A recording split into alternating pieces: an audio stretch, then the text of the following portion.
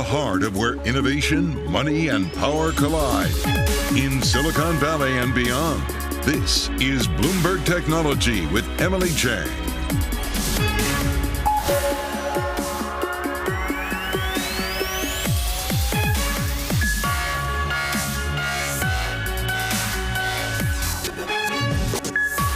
I'm Emily Chang in San Francisco, and this is Bloomberg Technology. Coming up in the next hour, China on lockdown, sparking a sell-off across Chinese stocks, delays in exports of just about everything to countries around the world, and comparisons to the 2008 financial crisis. This on top of concerns about China's ties to Russia. We will discuss. Plus, Mark Zuckerberg lays out his vision for the metaverse at South by Southwest in Austin, Texas. From avatars and creators to the future of work, we'll critique his take on the economies of the future.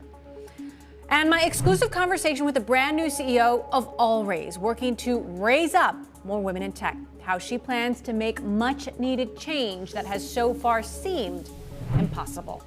We'll get to all of that in a moment, but first, stocks rallying with Ukraine and Russia on track to restart talks, and President Biden set to travel to Europe. I want to bring in Bloomberg's Kriti Gupta to walk us through the day. And Kriti, oil tumbling, so what sent stocks back up? Well, exactly that. The idea that commodity shock might not be as acute, might not be as huge as perhaps former realized. Of course, it does come down to geopolitics at the end of the day. But we do know that oil has seen quite a bit of volatility. And as a result, stocks have too. But today, for the better, you do have the NASDAQ outperforming, up almost 3% on the day. The first positive day for the S&P 500 in 4 really tells you there is a little bit of a relief rally. But keep in mind, some of this might simply be ahead of the FOMC meeting that we do have tomorrow. So you do have yields actually pretty stable right now. Remember, we are expecting a 25 basis point hike. But Emily, here's the concern as we go into the Fed meeting tomorrow. The last time we were here in terms of financial conditions, I believe we have a terminal. The last time we were here in terms of the tightness of the financial conditions, it was the end of 2018. It tells you here that at the end of 2018, when we were at the same levels, the Fed was talking about pausing their rate hike regime, not starting one. And that really speaks to the amount of scrutiny that the commodity kind of input or the commodity shock has put on the markets broadly. And that's really where the concern lies. At what point does the Fed actually create an even bigger drop in the market? But nevertheless, the bigger drop isn't here in the States, Emily. It's abroad. It's in China. It's with those ADRs. And you can see a 76% drop in the NASDAQ Golden Dragon Index for those ADRs. Names like Alibaba, JD, of course, this comes on the back of not just the idea that there is that regulatory crackdown that's been going on for a while, but now that China is potentially aligning itself with Russia. Also, the idea that that JP Morgan has now downgraded 28 of these stocks yesterday to, quote, uninvestable. That, of course, putting some pressure. But nevertheless, it's not all red all the time. You do have some pockets of green. The question is who's buying this and for how long? All right, Kriti, thank you. I want to stick with the sell-off across Chinese stocks and bring in Bloomberg executive editor Tom Giles. Tom, some folks comparing the sell-off that we're seeing here to the 2008 financial crisis. Could it get that bad? We are seeing the conditions for a calamity right now in a lot of these shares, Emily. It doesn't look good, and it's coming from every side. You're seeing it first and foremost geopolitically. How far will China go in supporting Russia? The U.S. is sending a signal that it's very concerned about China doing so, in which case the U.S. could be in line for sanctions against Chinese companies. That in itself is a major concern for investors in Chinese securities. What happens if you start to see higher tariffs, other sanctions that impose limits on our ability to import? Just in the technology sector alone, we imported $133 billion in high-tech exports from China in 2020 alone. If you started to see barriers to that, you're seeing major disruptions to Chinese companies, major disruptions to U.S. companies, major halt to the flow of goods along the supply chain. And that's just one of several factors that we're looking at right now, Emily. Meantime, we're also seeing COVID-induced lockdowns across the country. Shenzhen in particular, which is home to something like half of global exports. We're looking at orders of just about everything via companies like Amazon and Walmart to other parts of the world being delayed. How serious is this? Yeah, what we're hearing from inside Shenzhen and other parts of China is just the lockdown is having serious implications on the ability of these companies to get products manufactured, to get them fulfilled, to get them out the door on planes into the US. Big implications given just how important that region in particular is to the exports from China. How long is it going to last? How deep is the lockdown going to be? Lots of questions about how long and how deep it's going to last. Beyond that, you also have the possibility of the SEC cracking down on Chinese companies that are listed here over concerns about a lack of disclosure. And then finally, within China itself, we've seen this ongoing crackdown against the big tech companies, most recently questions about Tencent and about allegations that it may have run afoul of anti-money laundering rules in China. Altogether, bad news for Chinese ADRs. All right, lots to continue to watch. Tom Giles, thank you for those updates. Meantime, President Biden traveling to Europe next week for face-to-face talks with European leaders to address Russia's invasion of Ukraine. The president will travel to Brussels, Belgium later this month, where he will join an extraordinary NATO summit on March 24th to discuss ongoing deterrence and defense efforts in response to Russia's unprovoked and unjustified attack on Ukraine, as well as to reaffirm our ironclad commitment to our NATO allies. President Biden also attending a European Council summit where there are efforts to impose sanctions and further humanitarian aid, get it to where it needs to be most. Our Emery Horton with us now from Washington. Emery, tell us more what we know about the president's trip and, what kind of impact that could have. Well, Jen Psaki also mentioned that the president really is a firm believer in face-to-face diplomacy. And throughout this entire process, whether it was before the invasion, sharing the intelligence with NATO allies, or following the invasion, making sure the United States was in lockstep with European leaders. And when it comes to those harsh sanction packages that they've put on Russia, the president has always wanted to make sure he was in lockstep and really having unity amongst this group. So now they have this extraordinary meeting. And of course, they're going to discuss more deterrence factors that potentially could bring the war to an end, but also the support they have for Ukraine. What's interesting, Emily, is that this announcement comes just before Congress tomorrow morning is going to hear from President Volodymyr Zelensky. I imagine he is going to implore U.S. lawmakers for more support, especially when it comes to the military. Meantime, Anne-Marie, the other big story in Washington, Sarah Bloom Raskin withdrawing as President Biden's nominee to be the Fed's vice chair of supervision. How big a blow is this?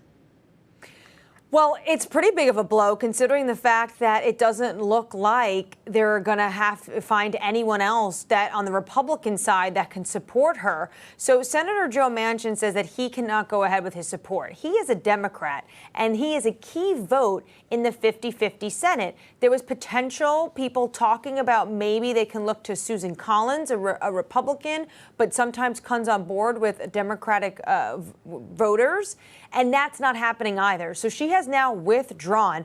And Emily, if I could just bring you a little bit of what she said. She said what was going on with her became the subject of relentless attacks by special interests.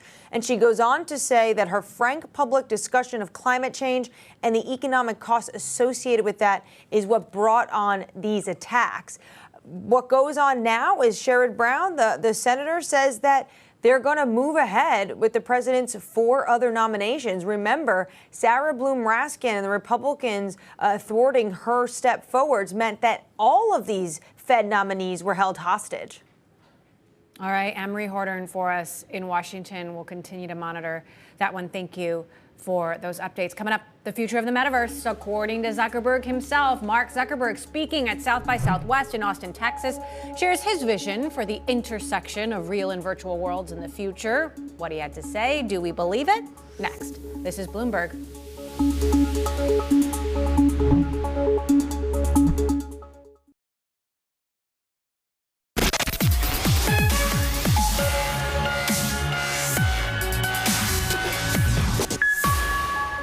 Mark Zuckerberg speaking at South by Southwest in Austin, Texas, laying out his vision for the metaverse and how he believes Meta is building the fundamental technologies that'll make it possible. Let's dig into that conversation with Bloomberg's Kurt Wagner, who covers Meta for us. And Kurt, looking at the highlights from this interview, I know we were hoping for some hard news questions, for some commentary on what's going on in Russia, Facebook and its properties getting shut down. That's not so much what we heard today, is it?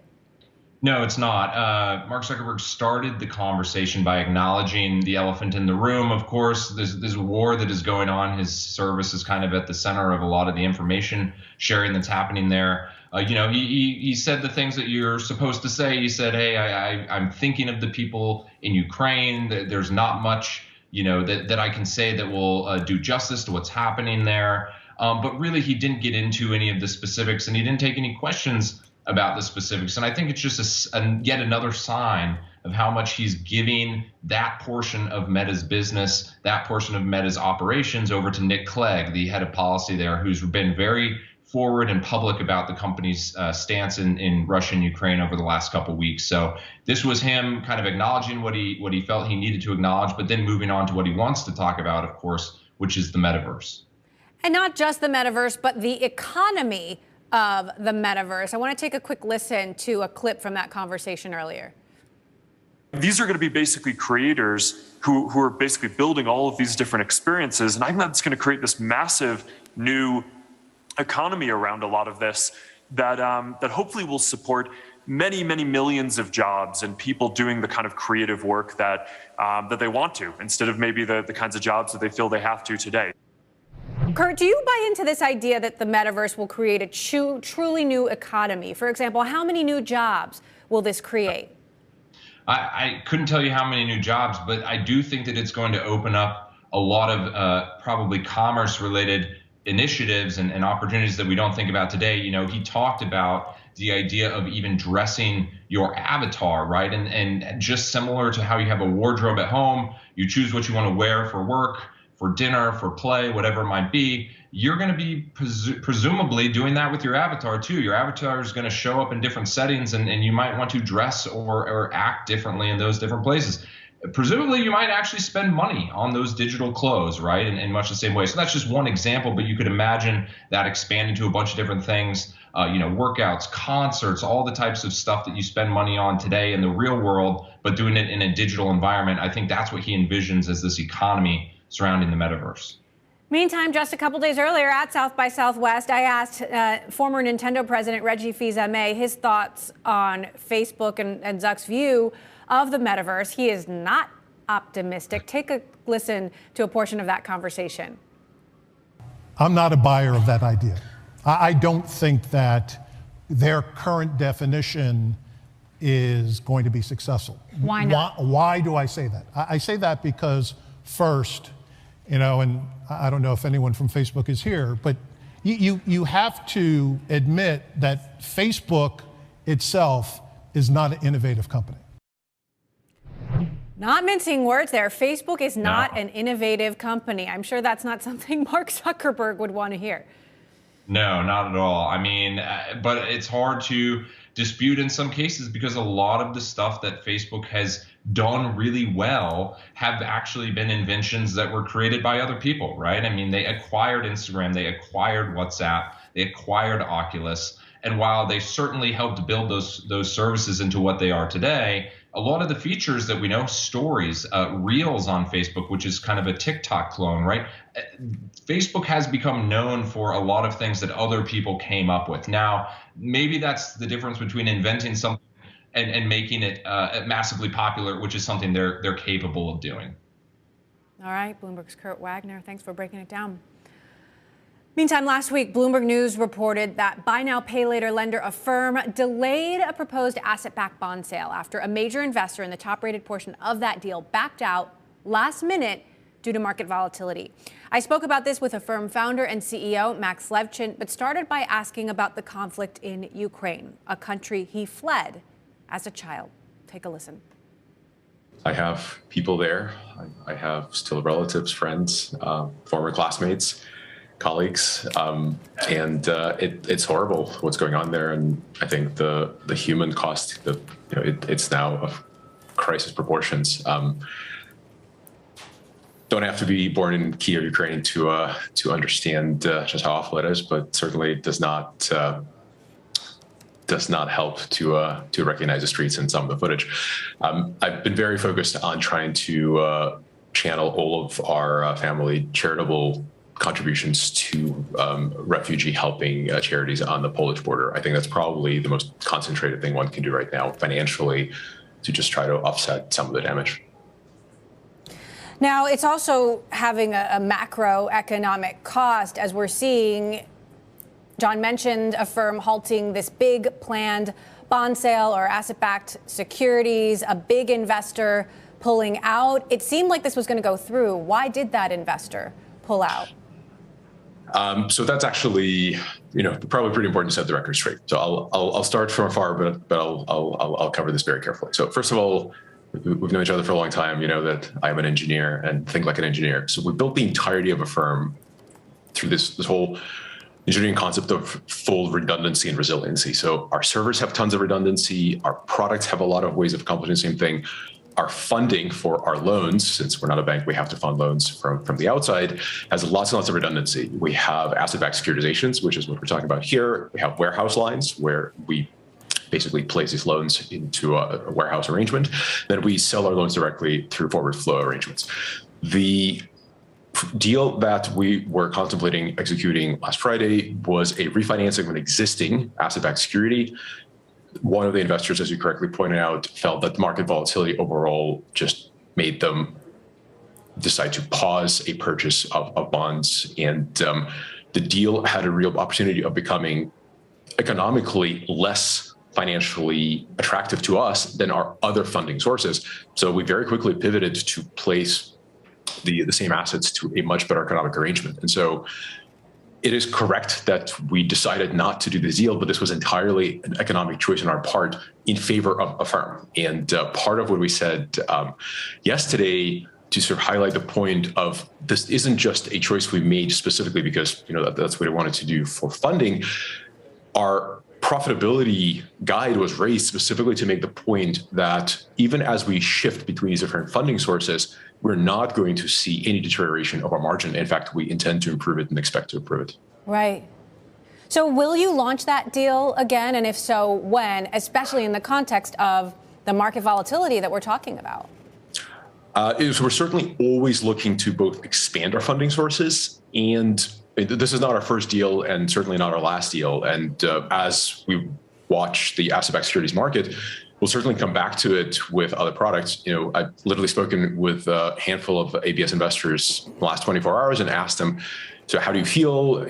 Just trying to get market color. And the answer has been, oh, you guys are the quality, and the market is definitely very volatile, but there's flight to quality. This accretes to you guys. And so we'll absolutely launch the next deal when the time is right. Affirm founder and CEO Max Levchin there. You can catch the full interview at Bloomberg.com. Coming up, the future of money. We're going to hear from Mike Novogratz on Bloomberg's new crypto show to talk about the role of digital assets in the war on Ukraine and more. Next.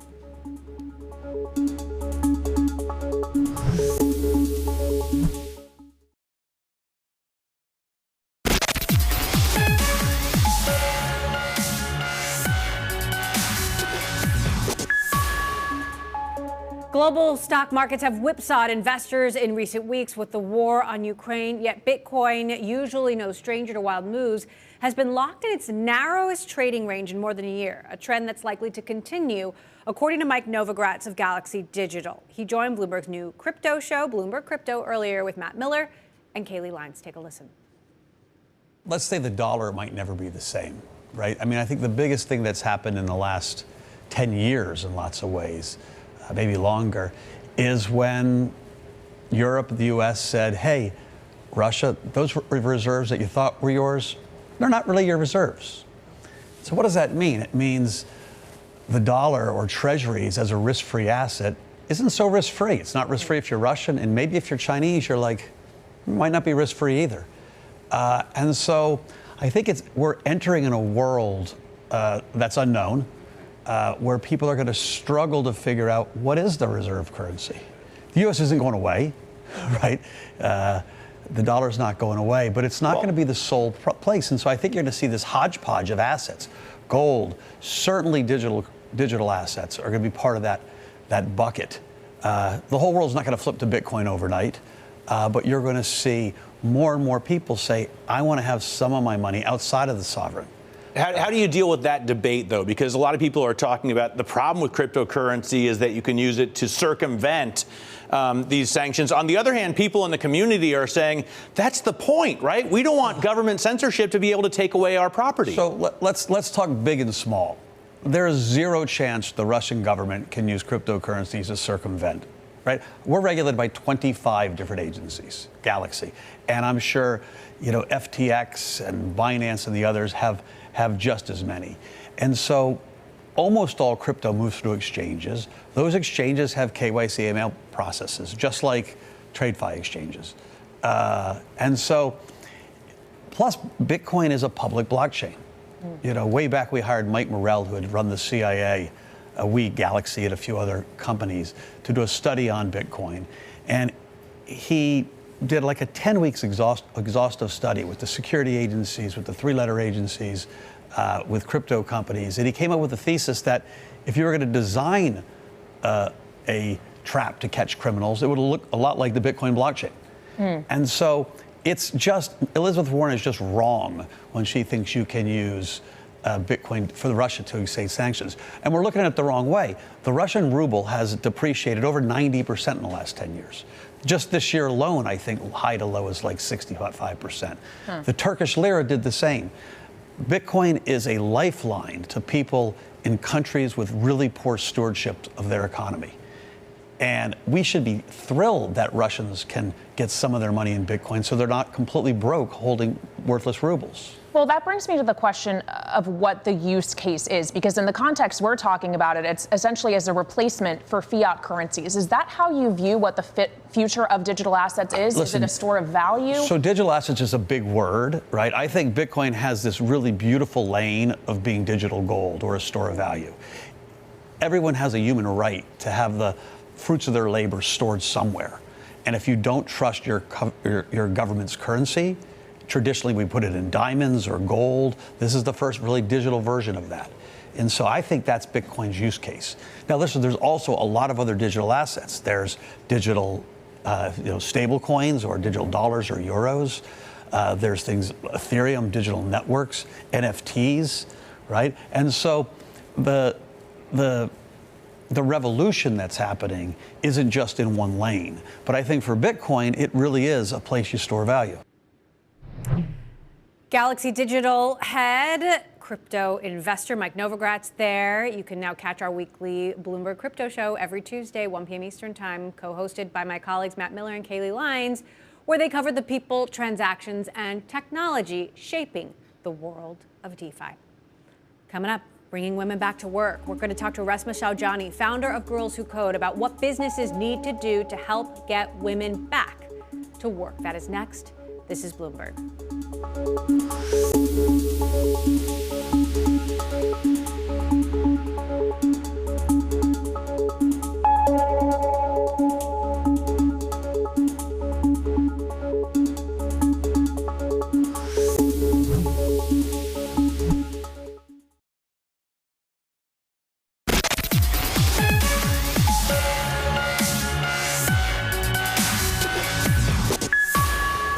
Welcome back to Bloomberg Technology. I'm Emily Chang in San Francisco.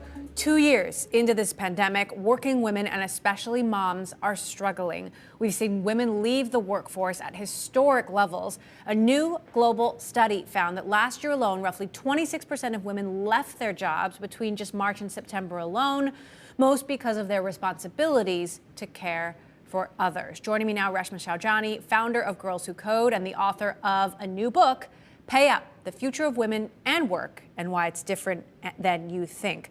Talk to us about where we are right now as the pandemic hopefully winds down. What are we not seeing? What's different than we think? Well, I think we know that workplaces have never worked for women. And over the pandemic, women found themselves without childcare, with managers who didn't get it, with partners who weren't doing their fair share. And now women are in crisis. Millions of women have left the workforce. 51% of working moms say they're anxious and depressed. We can't go back to a broken system. What can business leaders do right now to support women and moms in the workforce? And I'd love to hear your thoughts on the tech industry in particular, where it's so male-dominated. Yeah, well, we have a once-in-a-lifetime opportunity. As you know, Emily, the recent jobs report that came out, 11 million open jobs. CEOs are desperate for talented workers to fill those jobs. So it's a seller's market right now. So I think women have an opportunity to ask for what they need. And what we need is affordable childcare. What we need is paid leave. What we need is employers who are going to support us on our mental health. We can ask for what we need. We don't have to go back to the old normal. There are companies like Netflix, like Microsoft, eBay, with really strong family and parental leave policies. Is that enough, or do we need something at a national level? And if we need something at a national level, why has it been so hard to make that happen? I don't think it's enough. Look, many tech companies are doing, they're making progress, right? They're offering some of these benefits. But for example, some technology companies like Facebook offer more in helping you freeze your eggs than in childcare. And we know that the reason why women are not returning back to work is because childcare is too expensive. Most families spend more for their mortgage, more for their childcare than they do for their mortgage. It is literally the largest expense for families. Paid leave. It's not good enough just to tout that you offer paid leave. Companies like Apple still don't have gender-neutral paid leave policies in 2022. That's archaic. So you can't just offer these policies. You have to mandate that men actually take them, tie it to performance review, change the corporate culture. Emily, we're just in the middle of Women's History Month, and we just went through International Women's Day. Today's Pay Equity Day. And in every single boardroom, there's a conversation happening about how to get a mentor, how to get a sponsor, how to learn how to be an investor. The conversations that I want to be happening is how to get your partner to do more laundry, how to get the men in this corporate culture to do more laundry, how to make sure that we audit our corporate policies so that they're not exacerbating gender inequality at home. Because until we get to gender equality at home, we're never going to get to gender equality in the workplace. And quite frankly, corporate feminism has been taking us down the wrong path. And I realize that, for the past 10 years, I've been telling young women to lean in, to girl boss their way to the top, that equality was just, an express train to the corner office. And I found myself in the pandemic with 2 little kids trying to maintain a full-time job, and it nearly broke me. And I realized that having it all is just a euphemism for doing it all. So we have to stop trying to fix the woman and fix the system. And that includes technology companies who often tout that their policies and the fact that they're trying to lift women up. Well, now it's time to get men to do more, right? Let's talk about that, Reshma. It doesn't help that there are tech founders and investors out there like Joe Lonsdale perpetuating stereotypes about men taking parental leave. This tweet from him just a few months ago saying, great for fathers to spend time with their kids and support moms, but any man in an important position who takes 6 months of leave for a newborn is a loser. In the old days, men had babies and worked harder to provide for their future. That's the correct masculine response. I mean, there are almost no words. No words. No words. I mean, and so many female founders I know get asked, well, are you planning to have kids? When are you going to have a family? It's as if being a mother is a distraction to your job. And it's why we have the motherhood penalty. The reason why we have a pay gap is between mothers and fathers. The minute you become a mom, suddenly you're less committed to your job. You're unable to build the next Facebook or the next Twitter. And so we have to root out that discrimination, which is at its core. And oftentimes in tech companies that think they're libertarian, they think they're a meritocracy, they do it the worst. In many ways, rooting out the motherhood penalty is just an algorithm away. Tomorrow, every single one of the Fortune 100 companies could get rid of the pay gap if they wanted to. Well, appreciate you out there trying to shatter some of these stereotypes. Reshma Saujani, author of the new book, Pay Up. Always great to have you here. on the show. Thank you for having me. It's great to be here. Tesla is raising prices on all of its electric cars after CEO Elon Musk said costs were going up. The cheapest Model 3 in the U.S. is now just under $47,000. Credit Suisse says the price hikes were between 3 and 5% in the U.S. and China. Coming on, speaking with Joe Lubin, Consensus CEO and founder, and Ethereum co-founder, about their massive new round of funding and the future of blockchain companies as they lean in to the metaverse.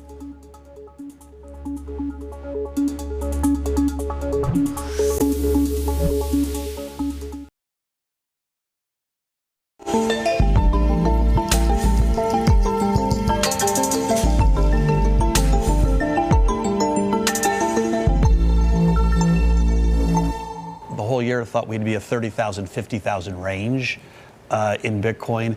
Risk to the upside, not the downside. But I think, 5 years out, if Bitcoin's not at 500,000, I'm wrong on the adoption cycle.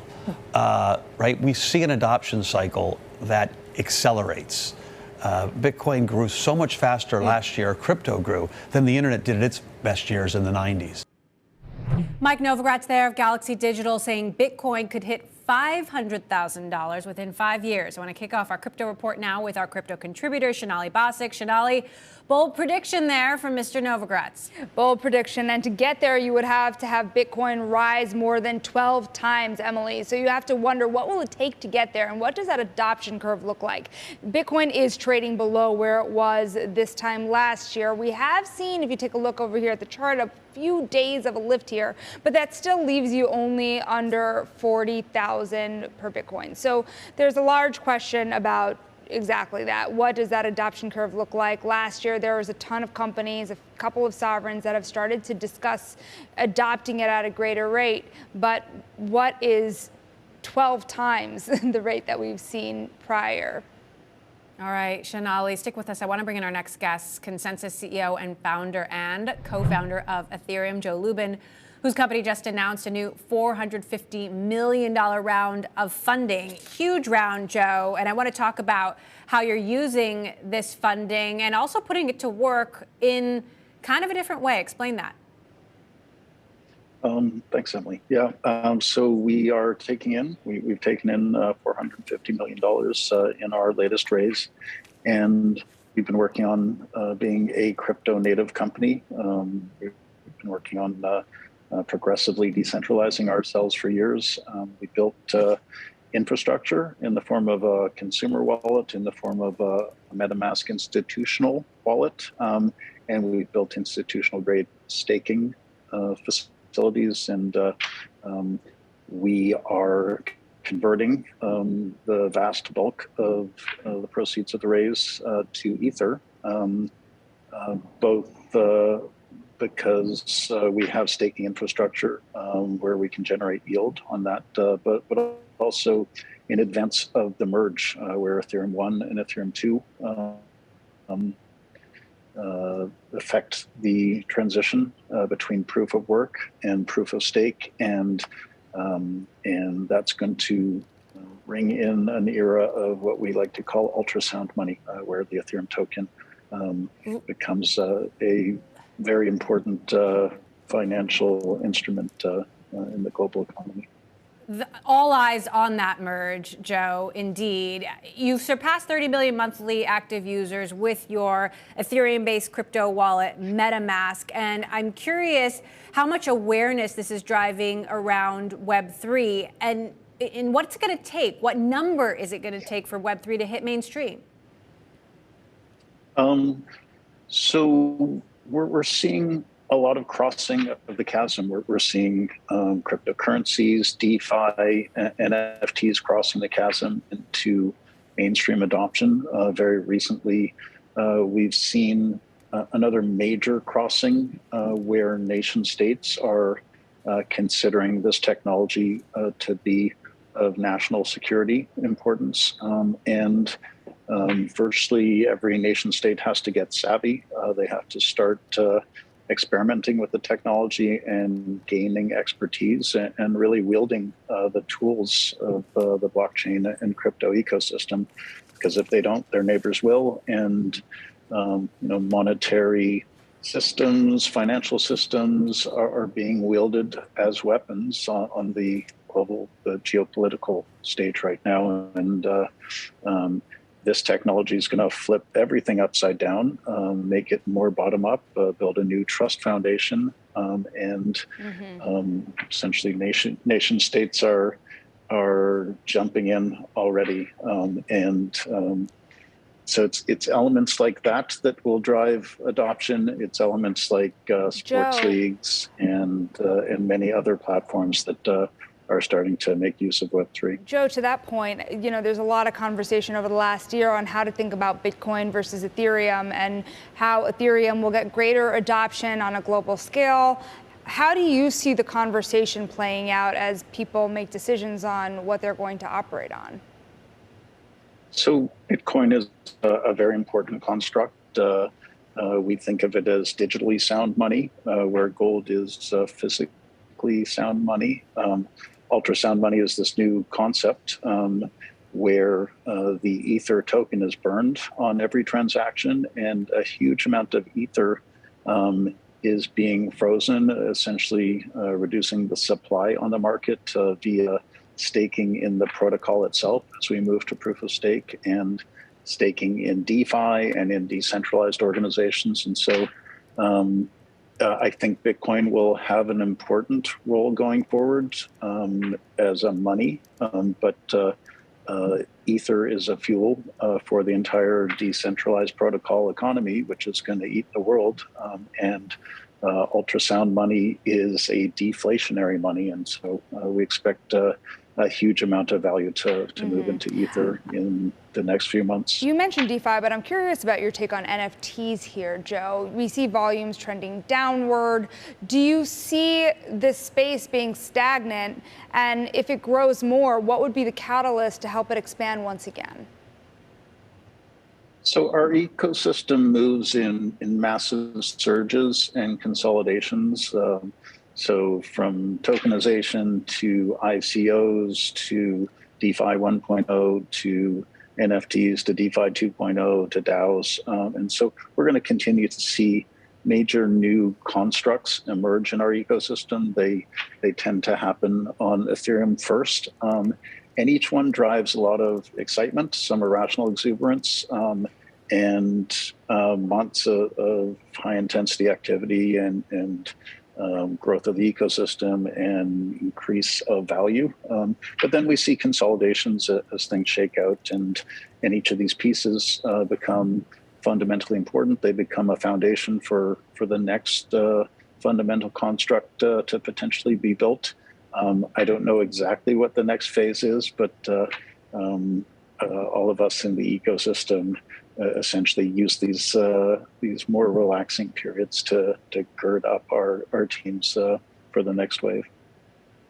Joe, a group of your former employees and shareholders are asking for an audit of a transfer of assets, including intellectual property you made from Consensus AG to Consensus Software Inc. What's your response to this, quickly? So the mothership, Consensus AG, has invested in north of 200 projects, has incubated many of those projects internally. We've spun out 40 or so of those projects. MetaMask and Infura and our protocols team spun out together. So we've transferred intellectual property in many situations into startups. The group in question is seeing the value, the success that Consensus Software Inc. is having now, and they would like to apply the current valuation to an event that was priced by PricewaterhouseCoopers at arm's length and done in the darkest moments of COVID. Right. And so it's an unreasonable ask. Unreasonable ask. Got it. Joe Lubin, co-founder of Ethereum, CEO of Consensus, along with our Sonali Basak. Thank you for taking the time. Coming up, my exclusive conversation with the brand new CEO of Always. Her name, Mandela, may say it all. That's next. This is Bloomberg.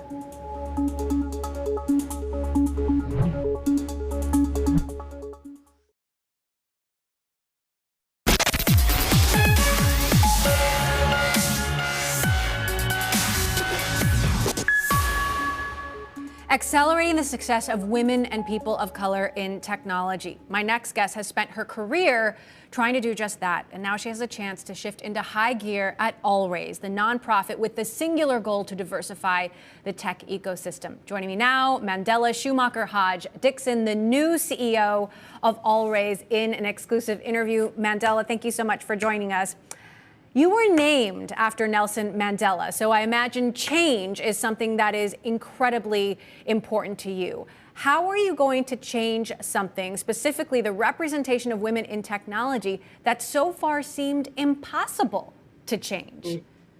Wow, the million-dollar question. Well, thank you so much, first of all, Emily, for having me here. I am beyond honored to be in conversation with you. And just like you said, my origination is in an interracial marriage of two civil rights attorneys who were part of grassroots movements like the apartheid movement, the anti-apartheid movement.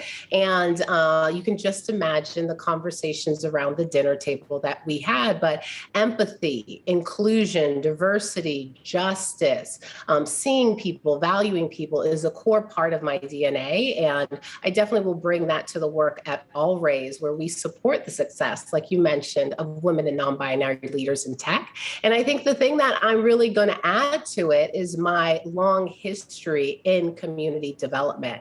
We support funders, founders, operators, LPs, angel investors. When you think about all the prongs of the tech ecosystem, they are within the Always community. We are 22,000 strong. And I think that going forward, if we have a more unified approach to how we are going to create seismic change, then I think that we'll start having different outcomes. Always was founded by power women investors who come from competing firms, but all want the same thing: more women writing checks, more women getting funded. What have they told you that they want you to do differently in this next phase of Always? Yeah, well, there's a big focus on the founders. So the founders are the entrepreneurs, and they're really the linchpin of this entire ecosystem.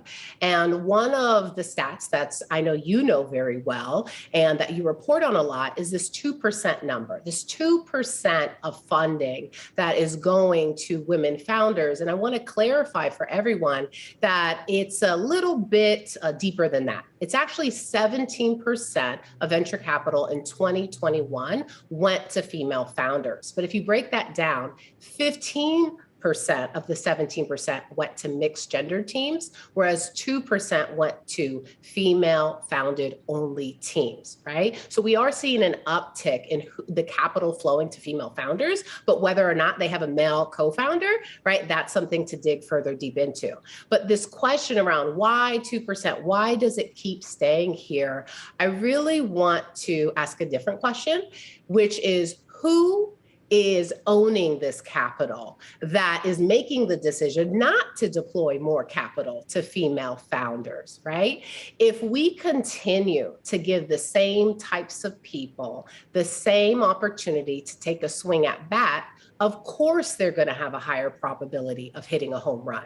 Part of the issue is giving women and non-binary leaders a swing at bat so we can get our capital, our mentorship, all hands on tech, access to the portfolio founders, access to all that comes along with the capital to really have it be a strong arm in our business to get different outcomes.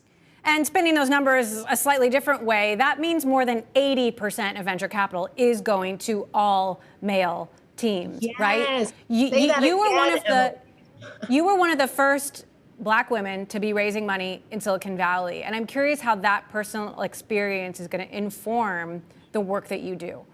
Yeah, one of our board members, Jess Lee, who was the first female partner at Sequoia Capital, one thing that she brings up oftentimes in our conversations, and even with our all-race community this morning, is this notion of me being an insider, but having empathy and a deep understanding of being an outsider, right? Just like you mentioned, this is back in 2011, before, Jesse Jackson was in Silicon Valley knocking on the doors of all the tech companies, demanding for them to release their diversity numbers. Before this really became a mainstream topic, I was a Black woman from, at the time, living in Los Angeles, who has a background as a teacher, trying to break into this world. I had many things stacked against me, right? My pedigree, my identity, my lack of insider knowledge. And so I have a deep understanding of what it's like to break in as an outsider, and also what it is like to transition from a founder, a two-time founder, a two-time operator, an investor, an LP, all of these hats I've worn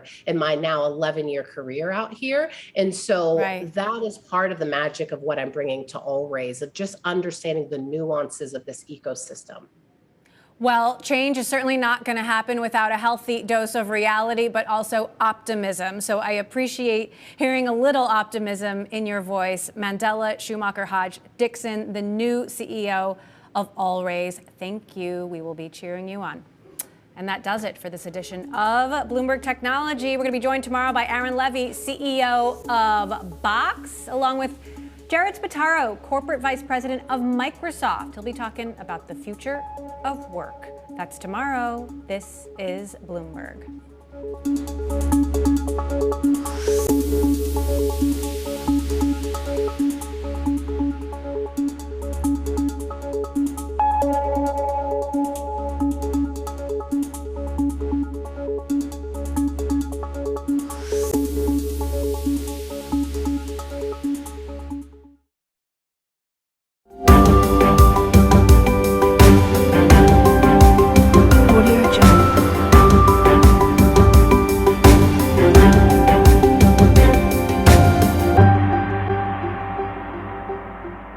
Audio Jungle.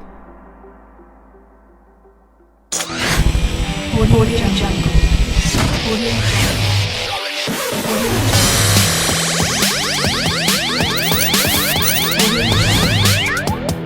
Audio Jungle.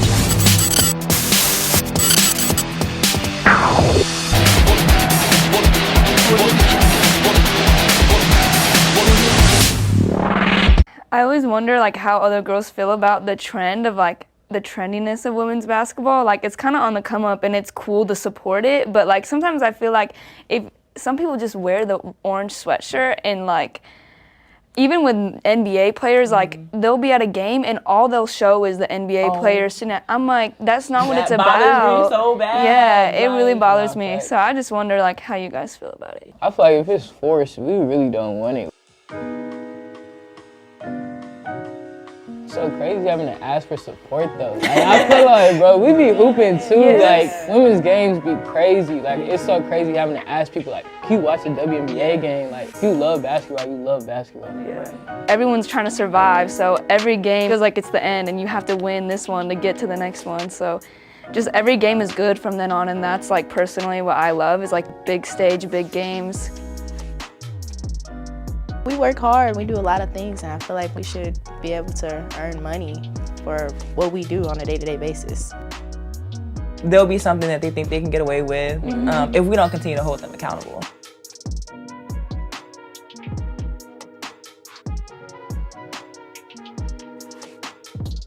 I feel like people don't really love the game as much anymore. It's more what you gonna do when the cameras is out and stuff like that. But I feel like social media does help basketball a lot, especially with the women's game. It's helping us grow tremendously this year. And I just hope it grows a lot more, and social media can help that. So I hope they do focus on women's basketball a lot more. I think that's a huge point. Just the growth of the game, people knowing players individually now instead of just holistically as a team. And I think that's huge. But even talking about the new NIL stuff, I know a lot of girls, athletes, whatever, making a lot of money off of their social media accounts, and I think that's real tough. Yeah, you're right about that. Loving it. If we're being honest. But nah, seriously, I think it's a great thing. I think we deserve it. Obviously, I'm a senior, and I wish I could have, experienced it earlier on in my college career, but I'm just happy to see it finally happening. We work hard, we do a lot of things, and I feel like we should be able to earn money for what we do on a day-to-day basis. Making money is attractive to young people, that's what they want. So if your school's not gonna let them sell a jersey or you can't do these kinds of deals, I think it's gonna change where girls decide to go, especially the top ones. I definitely agree with that. And even I think some of the top girls will be like, oh, this girl's going there, so I feel like I might get more money at this smaller school. It's hard for me because I really don't like social media that much.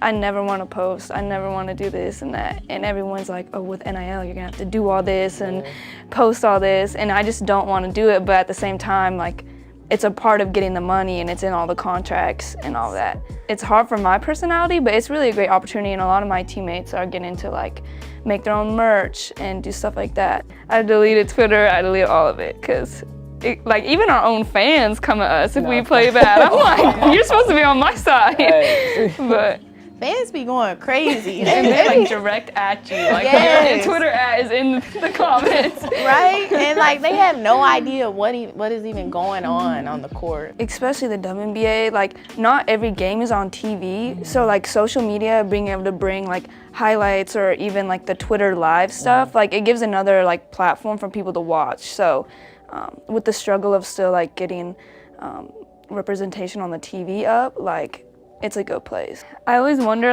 how other girls feel about the trend of the trendiness of women's basketball. It's kind of on the come up and it's cool to support it, but sometimes I feel if some people just wear the orange sweatshirt and even with NBA players, they'll be at a game and all they'll show is the NBA players. I'm like, that's not what it's about. Bothers me so bad. Yeah, it really bothers me. So I just wonder how you guys feel about it. Be actual supporters, definitely. And then I think we in the middle of a run and you talk about John Wall here. That's not what we you're missing the shots all day. But one shot is cool. I feel when WNBA players were to go to an NBA game, that's not all you showing. You hit them once and then it's out. Yeah, I feel if it's forced, we really don't want it.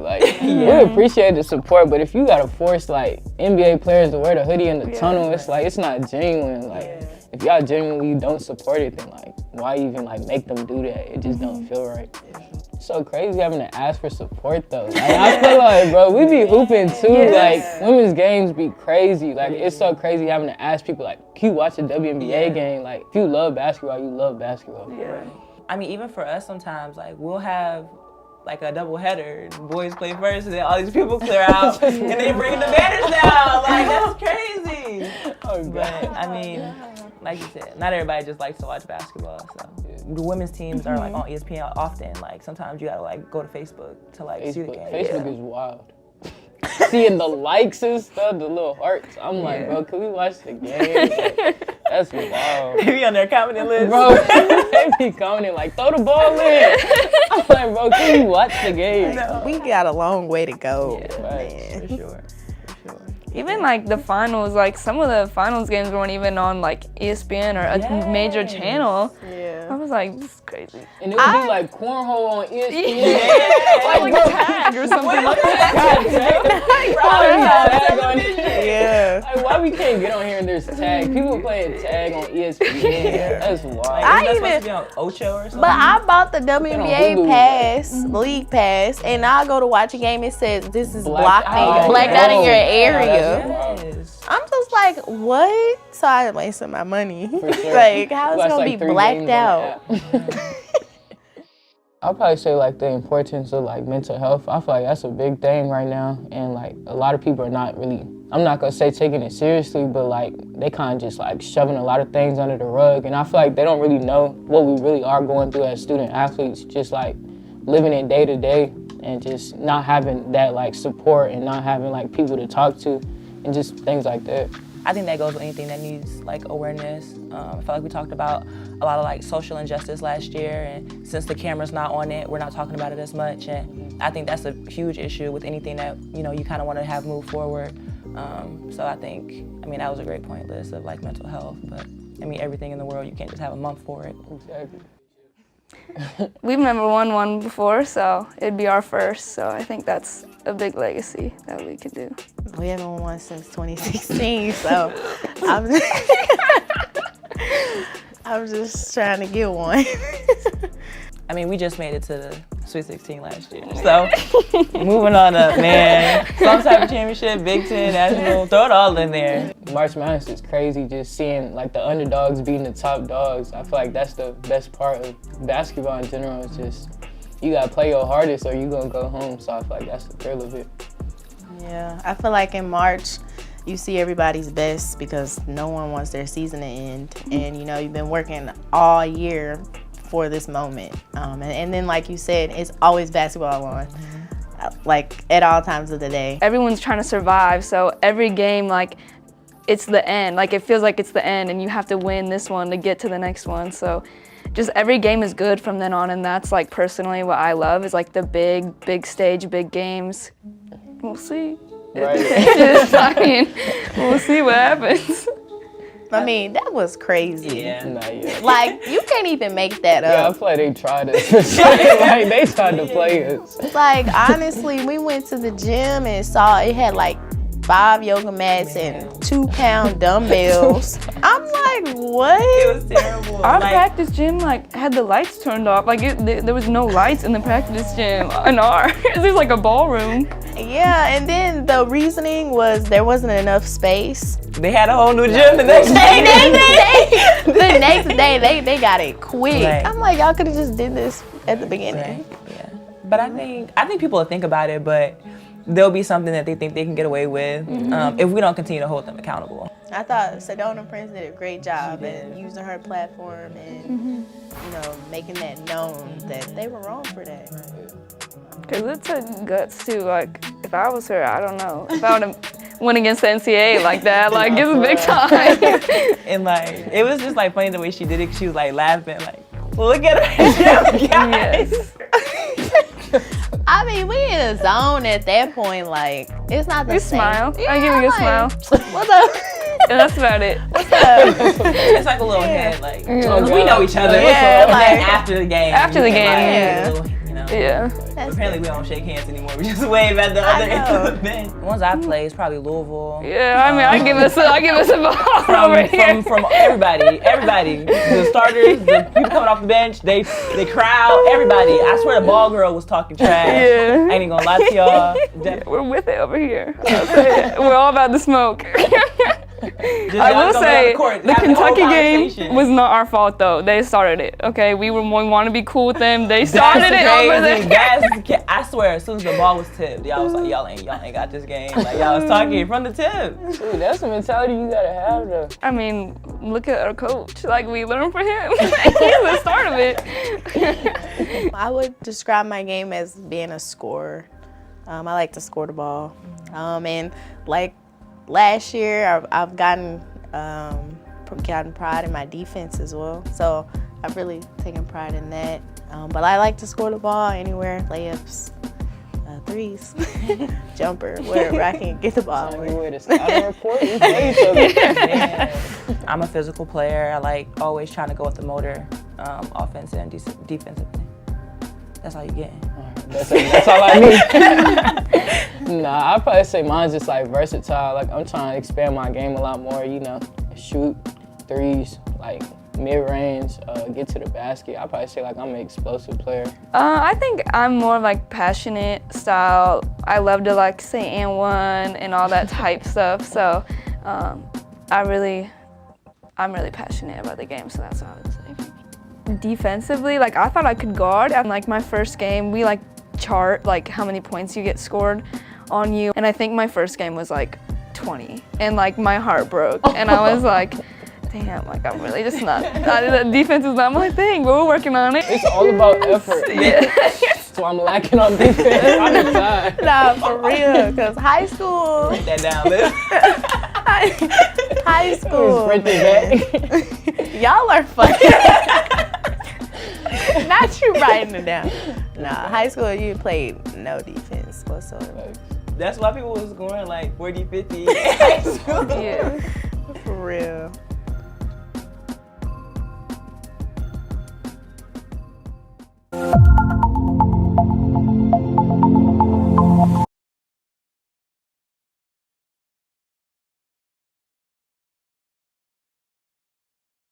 Hurry in during Ram Truck Month, where you'll find J.D. Power's #1 brand in new vehicle quality in 2021. And right now, get 0% financing for 72 months on the 2022 Ram 1500 Bighorn Crew Cab. For 2021 J.D. Power award information, visit jdpower.com/awards. Not compatible with any other offer. 0% APR financing for 72 months equals $13.89 per month per 1,000 finance for well-qualified buyers through Chrysler Capital, regardless of down payment. Not all buyers will qualify. See dealer for details. Take retail delivery by 3/31/2022. O'Reilly. When you need auto parts, O'ReillyAuto.com is just a few clicks away. We offer convenient options for you to get your parts quickly. Order online and pick up for free at your local O'Reilly Auto Parts store. We'll even bring it out curbside. Or you can have your parts delivered right to your door with free shipping on most orders over $35. Visit O'ReillyAuto.com. O'Reilly Auto Parts. This is the FCB Radio Network, home of the best personalities and where real talk lives. Online at fcbradio.com. FCB. This is now not another political podcast. They can't take it no more. We've been silent for too long. On the FCB Radio Network. Okay, live from CPAC. This is Alex Harper with the NAP. Colin Jackson, my co-host, was not able to make it, but that's okay. I'm always up for taking a free vacation. So I am down here in beautiful sunny Florida, 85 degrees. In Cleveland, Ohio, where Colin is at, is 35. So congratulations for that, Colin. It sucks for you. So I am sitting here with the wonderful, fantastic Kira Davis. Hello. Thank you very much for taking the time out to speak with me today. Of course. Yeah, welcome to CPAC. Is this your first CPAC? This is my first CPAC. What do you think so far? So far, I'm interested, actually. So I was just mentioning that I had a conversation in the Starbucks line with two 70-year-old black women from Harrisburg, PA. And it was interesting, their take, because they had actual points of reference from Klan years. Wow. Growing up in Alabama, and I had 2-3 cousins that were killed directly from the Klan, directly from Jim Crow. So it's interesting to hear that historical context on some of the things that the whole woke movement that's going on now, because they were saying is that this is a lot of the things that we're complaining about today were put in place by democratic laws or these other issues that were already in place years and years and years ago. So now we're like, oh, we're going to complain about it, but we're going to get on the side of the, I'm going to say oppressors, but we're going to, in that aspect. So it was interesting. And they had a take, and I had never thought about it, is that we're looking for, as the black community, we're looking for acceptance from Europeans, white people, but we're putting them on a pedestal and surprised when they feel superior. But we're putting them on a pedestal. So that's such a good point. Yeah. So as I'm talking to them, I was like, oh yeah, that's right. She's like, we put them in a position where they can judge us, and we're looking for their acceptance, while at the same time saying that you shouldn't judge us. We should all be equal.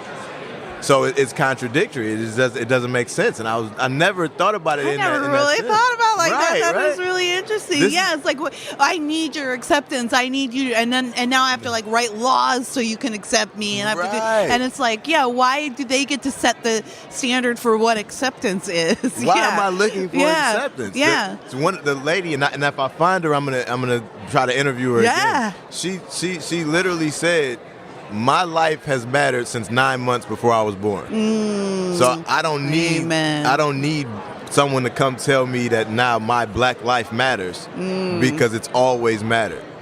And I was like, you know what? Touche. And we have to live like that. I was talking to my audience on Just Listen to Yourself, which is a podcast here on FCB Radio. Listen to it. Just listen to me, and then just listen to yourself and listen to the things you're saying. But I was telling my listeners that one thing that I find disappointing or frustrating about conservatives and Republicans is so many of them act like they're losing.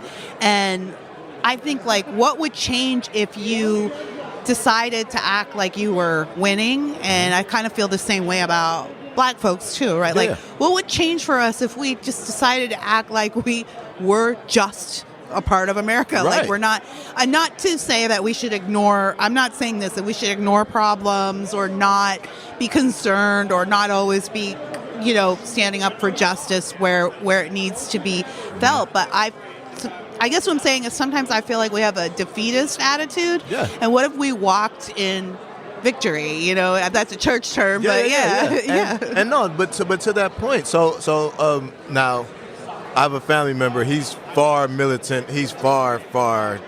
Like he's Mr. Black Power. Yeah. But we have conversations similar to that, and it's like, and he's told me, he's like, black people as a culture, we don't really necessarily worry about what the day-to-day lives of white people are. Like, but at the same time, we want them to enjoy our day-to-day life and accept our day-to-day life. And it doesn't make sense, because if I'm not concerned about you, then your opinion doesn't matter until it affects me directly. Yeah. And I think we're chasing someone's positive opinion of us. We want everybody to accept black people. We want everybody to like black people. We want everybody to acknowledge the contribution we made to this country. But in reality, that's just not the case. That's just not, and it's not necessary. Like it's just to a situation where, just to a point where it's like, why are we constantly saying we're losing or we lost? To your point, why are we saying we're losing or we lost? And in reality, all the contributions we've made to this country, all the contributions we continue to make to this country, all the things that we do from every aspect of industry, how could we have lost? We're only saying we lost because it's someone else's perception of us, and we're allowing that to drive us. So we're saying we lost because we're saying we're lost, and we're chasing, like you said, that defeatist attitude simply because somebody else told us that we lost.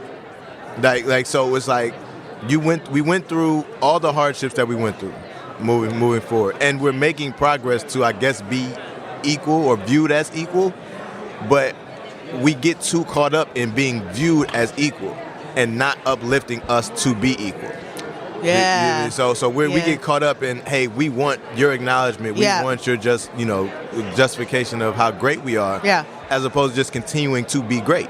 That's what I did in my position as editor-at-large for Red State, which is conservative blog, and even just with what I do with JLTY. Well, this is a reason why I didn't take my show over to a quote hashtag like conservative network. I wanted like an urban network where I could like have a different audience or reach a different audience, but also where my concerns like talking about this kind of stuff would be heard. But the other thing is that I realized, like, my last podcast network I got fired from, I had a really bad experience. They're stupid. I got fired because I felt that they were not taking my position as a black woman in the industry seriously. And then when I brought that concern to them, they accused me of playing the race card, and it got really ugly. I may have screamed a little bit and got in my higher register a little bit. It's okay. And ran away from them in a huff. And I was so angry. And I said to myself, like, I'm just so angry of being a conservative. Like, I'm out here, like, hustling in these streets. Nobody respect me. And then I just was, like, feeling sorry for myself, and I felt like I was praying about it. I felt like God was like, Kara, you have a job. Like, you are someone's boss. Yeah. Like, why are you complaining? Why don't you do something about it? And I was like, oh, damn. Like, I actually do have some power. It took me a minute to realize, like, I am in a position of influence in where I work. Why am I waiting for someone else to recognize this greatness? Why don't I just go out and find it? Yeah. So I went to my bosses and I said, you know what? I want to start hiring more black writers. I want to go out. I want us to be purposeful about finding black writers. And they're like, great, go do it. Tell us what you need. Go do it. Right. And then even this week at CPAC, I told my bosses over at townhall.com, they have a booth here. They're sponsors of CPAC. I said, look, we never do anything for Black History Month at CPAC, but it's in February every year. I'm like, let's have a Black History panel. I'll invite our black writers in and we'll have a discussion. They're like, great. Do it. Tell us what you need. So a lot of times we're shooting ourselves in the foot because we're assuming that white folks don't want anything to do with us or don't want to help, but they're not just thinking on that level. When we sort of step up and be like, hey, we're here and we have these ideas and we just want to implement them. We're not begging anybody. We're not, I think we need to be more proactive. I think we need to understand the actual power that we do have sometimes. Absolutely. Yeah. And what happens is we get so caught up in begging for those resources. And I'm using begging specifically because you can sugarcoat it and say, hey, these resources that we should already be getting. All right, we're not. But a lot of times we get caught up in the, okay, I got to run this past somebody so that we don't offend white people later. Right. Like, so it's like, okay, let me run this past. So you're allowing a gatekeeper to tell you that this isn't possible. When in reality, if we come to the table and say, hey, this is everything that we got ready, we're trying to go with this. Now it's harder to say no to something that's already a completed package and ready to go. Yeah. But if you're asking for permission or hey, how do you feel about this or that? Now it gives them the ability to be like, no, I don't think that. And it may not even be a racism thing. It may just be they don't understand how this affects the culture that we live in every day. Right. Like, so it's like, hey, a perspective thing. Yeah. So if, for example, if we say, hey, you should have we should broadcast the Martin reunion. Type thing, right? We should do that, by the way. We should do that. Like, that should have been like a national holiday. But so if we say, hey, this should be broadcast and simulcast across all platforms, yada yada. They're not gonna understand. They're gonna be like, why? Well, for the same reason you broadcast the Friends reunion. Yeah. You know, like, but that when you come to them, you say, hey, this is the idea, and this is why it affects this culture differently. It's completely different discussion than, hey, what do you guys think about possibly broadcasting a reunion? Okay, yeah, maybe. Yeah, I was thinking, how about the show Martin might get the urban audience? Let's go with Wayne Brady instead. Like, you see what I'm saying? So a lot of times we allow that to happen simply by not, like you said, asserting yourself, not asserting ourselves in the sense of this is what we're trying to do. And we're going to find a way to make it happen. A good example of this is in the 90s, a filmmaker named Mario Van Peebles. His father is Marlon Van Peebles, who's a great black filmmaker, and he was really groundbreaker in the industry. And then Mario Van Peebles, before Black Panther, made a movie called Panther which is about the Black Panther, which a lot of people were getting mixed up when Black Panther came out. I saw that. I think Mario made a lot of money when Black Panther came out because he got that royalty check. People were like, oh, I thought this was Black Panther. But by the way, best movie soundtrack, Panther soundtrack is an amazing soundtrack. Go get it. Saw the movie, didn't hear the soundtrack. It's great. Oh my gosh, I still listen to it to this day. Anyway, he told this story. I was watching an interview with him, and he told this story about how when he was shopping around, it took him many years to get it made, and he was shopping around Panther, and he said, I got really far in this pitch meeting. I think it was like Universal Studios or something, and I was in this pitch meeting, and I was like, here's this story about like this amazing movement, and it's got everything that you want, like action, drama, racial tension, like it's got a lot of great stuff for Hollywood. Right. And they were like, we love it. We want to make this movie, but what about if we made the main character a white guy who wants to join the Black Panthers? So, and then he has the challenge of being accepted by them, and he finally becomes like one of them, and they really make a difference. And he was like, no. Nah, that ain't how that worked. No. And, and he didn't go like, okay, how could, anybody would love to sell a movie, right? He didn't go like, okay, well, maybe if we work around this and change this. He walked away. He was like, no, that's not the package. Yeah. And if you're not going to make this the way that it's intended to be made, I will move on. And it took him years to get it made, but eventually he got the movie he wanted made because he didn't compromise on the package. He came to them with a full package, and he was like, this is the package. This is what it looks like. That's it. So here's how I equate, and one of the things about even the NAP and anything I do, I'm always unapologetically black, like, because y'all not gonna let me not be black. So there's no point in me kind of, shimmying around it. Like even right now, I got a pick in my pocket. but what happens is that compromise is like, okay, I'm going to compromise a little bit of my blackness so I can get in the door. Yeah. Like, so it's a delicate cycle because it does have to happen at some points. Yeah. But when you don't compromise, you say, this is what it is. This is, and then, now again, disclaimer, you got to be in a position to do this because, if you're the janitor at your local, organization and you say, hey, I want to put up this African-American flag, and they're like, no, you don't really have that, that negotiating power.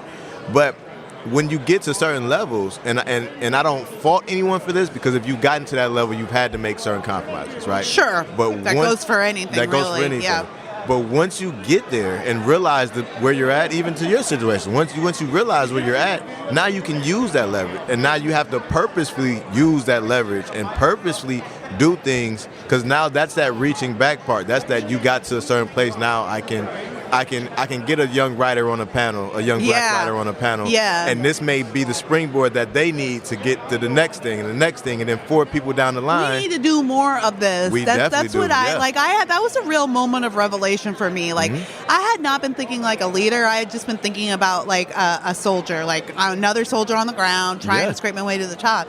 And honestly, like took me a hot second to realize, like, I have made it. I'm here now, and I can be of influence. And I would encourage everyone to look around you and see what steps you can take. And it's hard because sometimes I feel like black folks get caught in like the crabs in a barrel mentality. Absolutely. Where we start to feel like we're all like we only have this one little barrel and we all have to claw our way to the top, and you're going to have to like step on somebody to get there.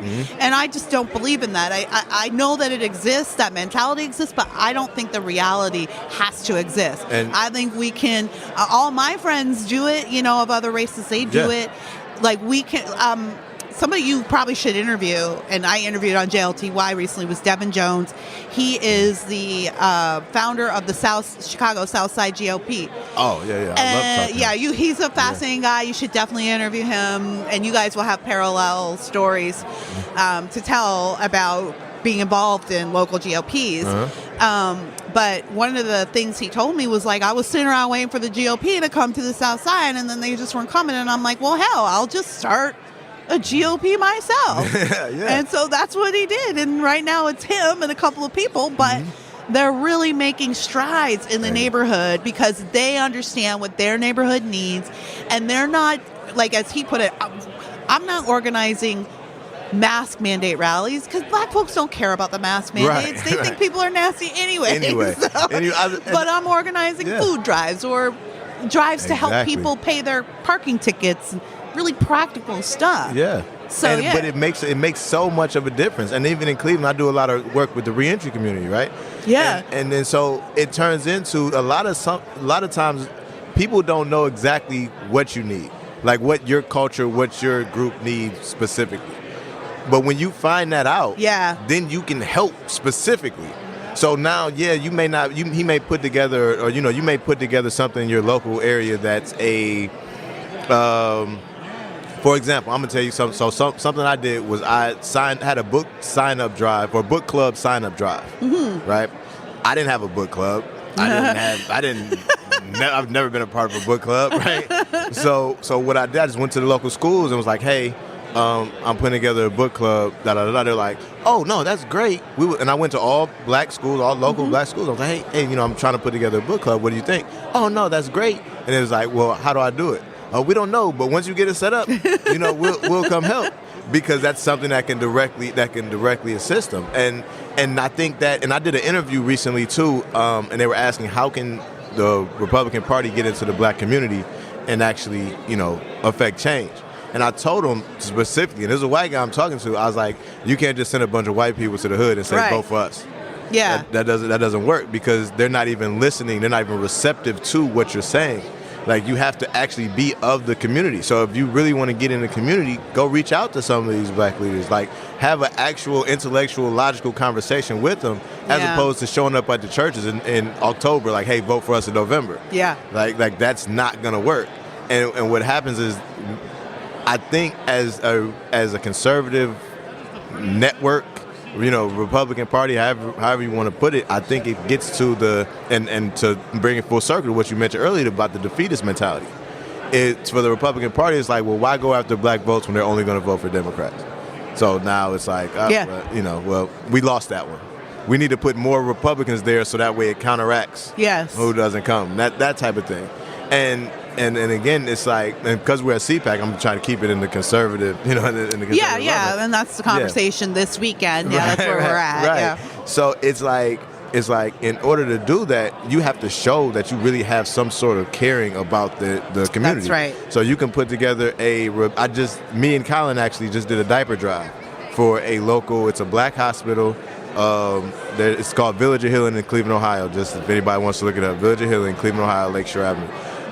But we did a diaper drive because they just opened.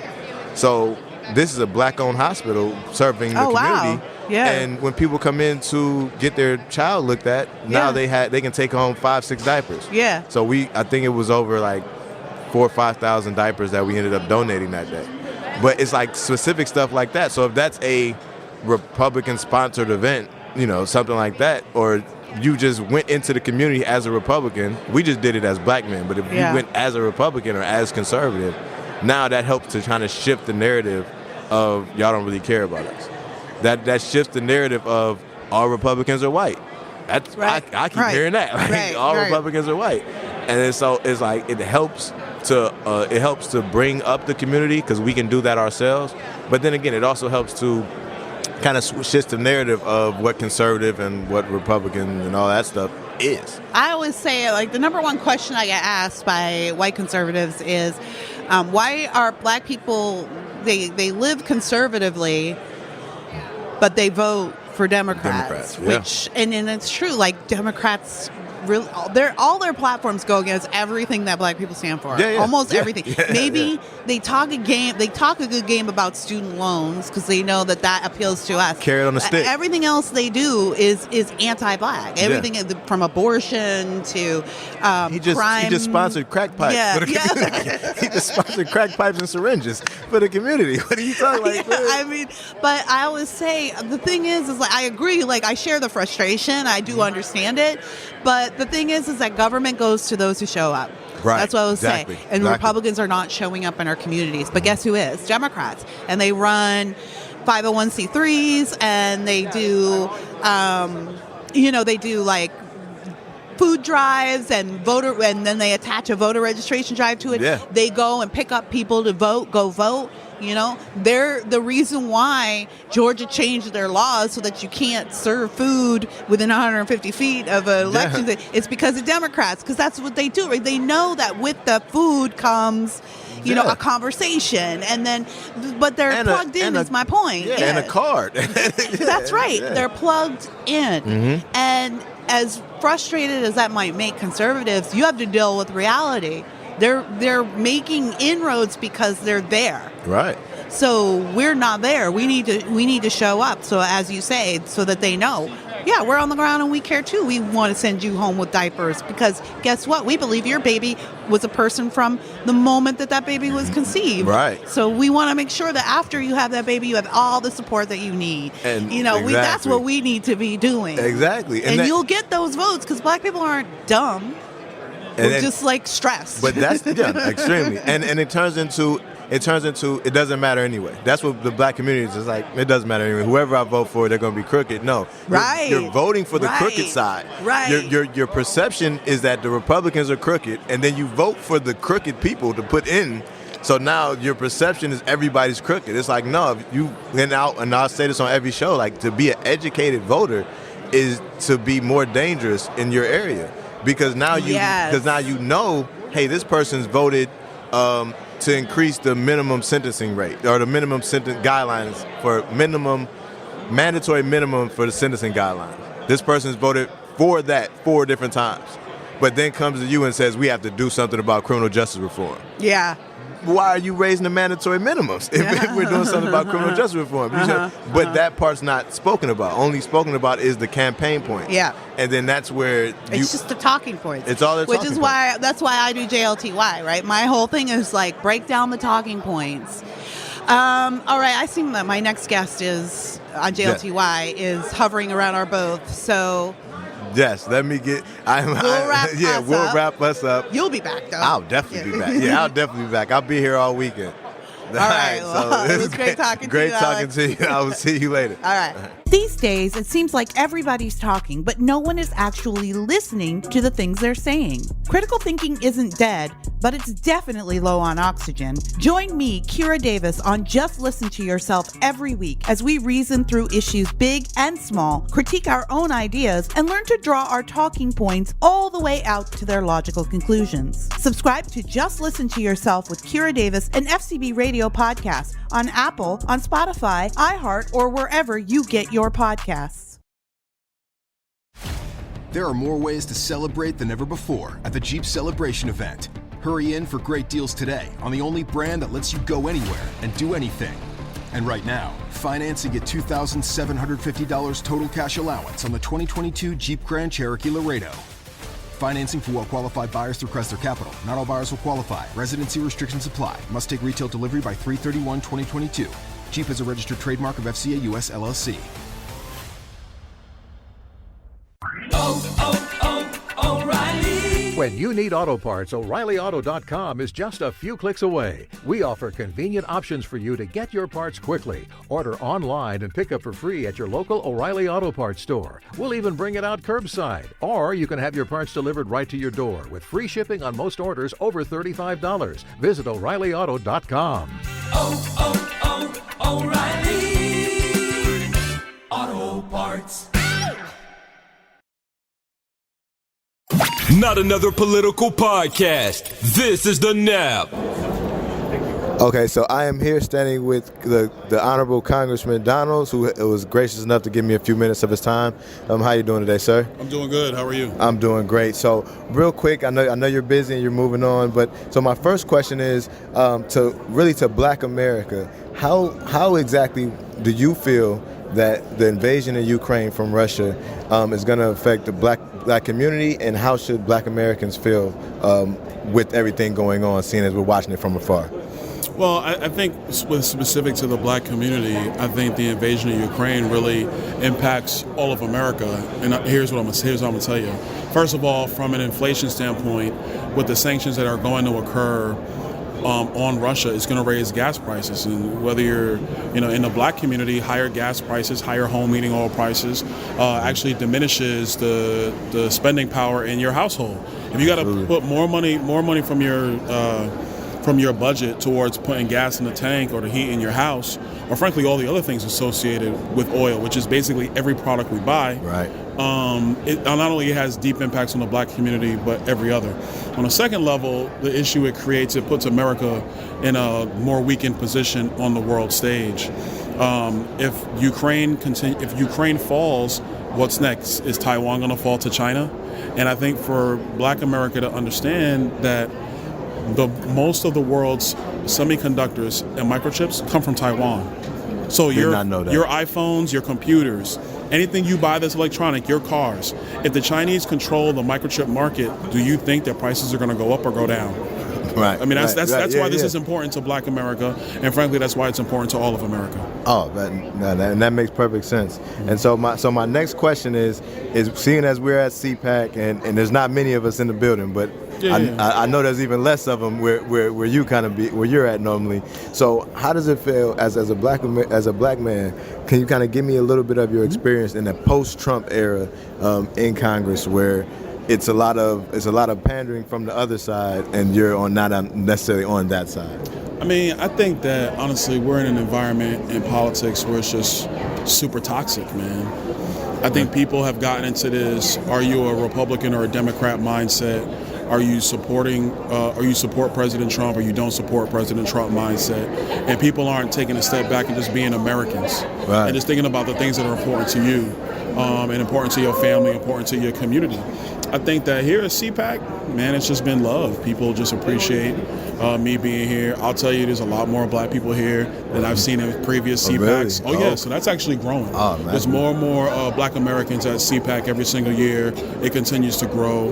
Do I think I got a part in the play in that? Maybe. But what I'm happy to see, for our community is that people start thinking about their politics and not being afraid of what their politics are, not just being, put into a situation where, oh, well, I'm black, so I got to think this or think that. Be who you are. Because, you and I both know in the black community, man, we got so many different thoughts on so many different things. Yeah. Like, we're not monolithic, so we shouldn't be that way when it comes to our politics. No, absolutely, man. And listen, I want to thank you for taking your time out. I know you got somewhere to go. They're always pulling at you. I just had an opportunity to hear you speak, though, man. It's very powerful, and I appreciate it. Appreciate So your good, time, absolutely, man. absolutely. This is Darvio Kingpin Morrow, co-host of the Outlaws Radio Show. And if you haven't heard our show before, check out this clip.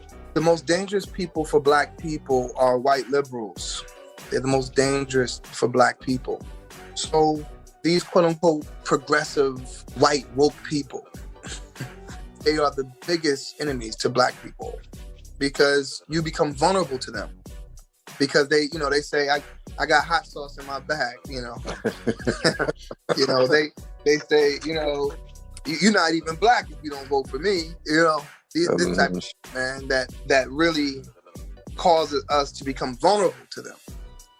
And what's more dangerous, an enemy or an undercover enemy who poses as a friend? Subscribe to the Outlaws Radio Show on Apple Podcasts, Spotify, iHeartRadio, or wherever you get your podcasts. That's OUTLAWS, the Outlaws Radio Show, an FCB radio podcast. Hurry in during Ram Truck Month, where you'll find J.D. Power's #1 brand and new vehicle quality in 2021. And right now, get 0% financing for 72 months on the 2022 Ram 1500 Bighorn Crew Cab. For 2021 J.D. Power award information, visit jdpower.com/awards. Not compatible with any other offer. 0% APR financing for 72 months equals $13.89 per month per 1,000 finance for well-qualified buyers through Chrysler Capital, regardless of down payment. Not all buyers will qualify. See dealer for details. Take retail delivery by 3/31/2022. With zero sugar and refreshingly delicious, is Coca-Cola Zero Sugar the best Coke ever? Pick some up at Quick Trip today. Not another political podcast. This is The Nap. Okay, everybody, it's been a long weekend. My first CPAC, it was so interesting. I met so many interesting people, so many great people. I can't wait to tell y'all about it on this week's show. So tune in for the full CPAC recap on The Nap with my boy Colin Jackson, me, Alex Harper. Colin's still stuck back in the cold Cleveland. I'm still sitting down here, palm trees and beaches in Orlando. I'm about to think about going to Disneyland, see if I can sneak my way in to go see Mickey and them. But tune in to The Nap for the full CPAC recap, and we'll holler at y'all soon. The FCB Radio Network. First class broadcasting worldwide. Do you know how many files your employees have uploaded, downloaded, emailed, airdropped, slacked, or shared via Google Drive today? A lot of that data has left your organization, and you don't even know it. Visit code42.com to learn how Insider prevents data exfiltration.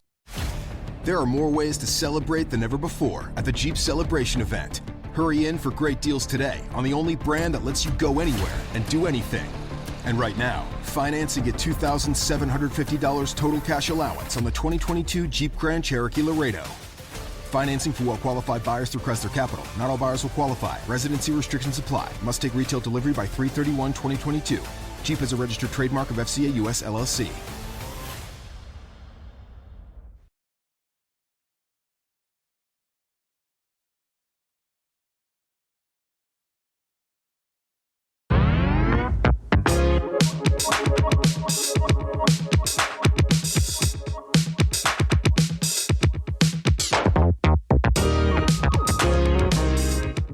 Hear ye, hear ye, hear ye. Welcome, everybody, to the Dukes of Gaming. It's good to be back with you this week. I am your host, Thomas, the Duke of Anime. It's good to be here, joined by two of my other fellow Dukes. We're down 2 Dukes, thoughts and prayers, whoever they are right now. But we have 2 Dukes here, along with me. First and foremost, we have the Duke of Duke of Design. Education's out. The Duke of Design here. We have Ben. How are you this week, man? How dare you? You don't like education? You're just having me encroach into Alfredo's domain. You got a lot of books there to not like education. Yeah. Oh, those are just for me as self-education. There we go. Self-education. There we go. How you doing this week? Doing very well. Missing our lost in action Dukes right now, but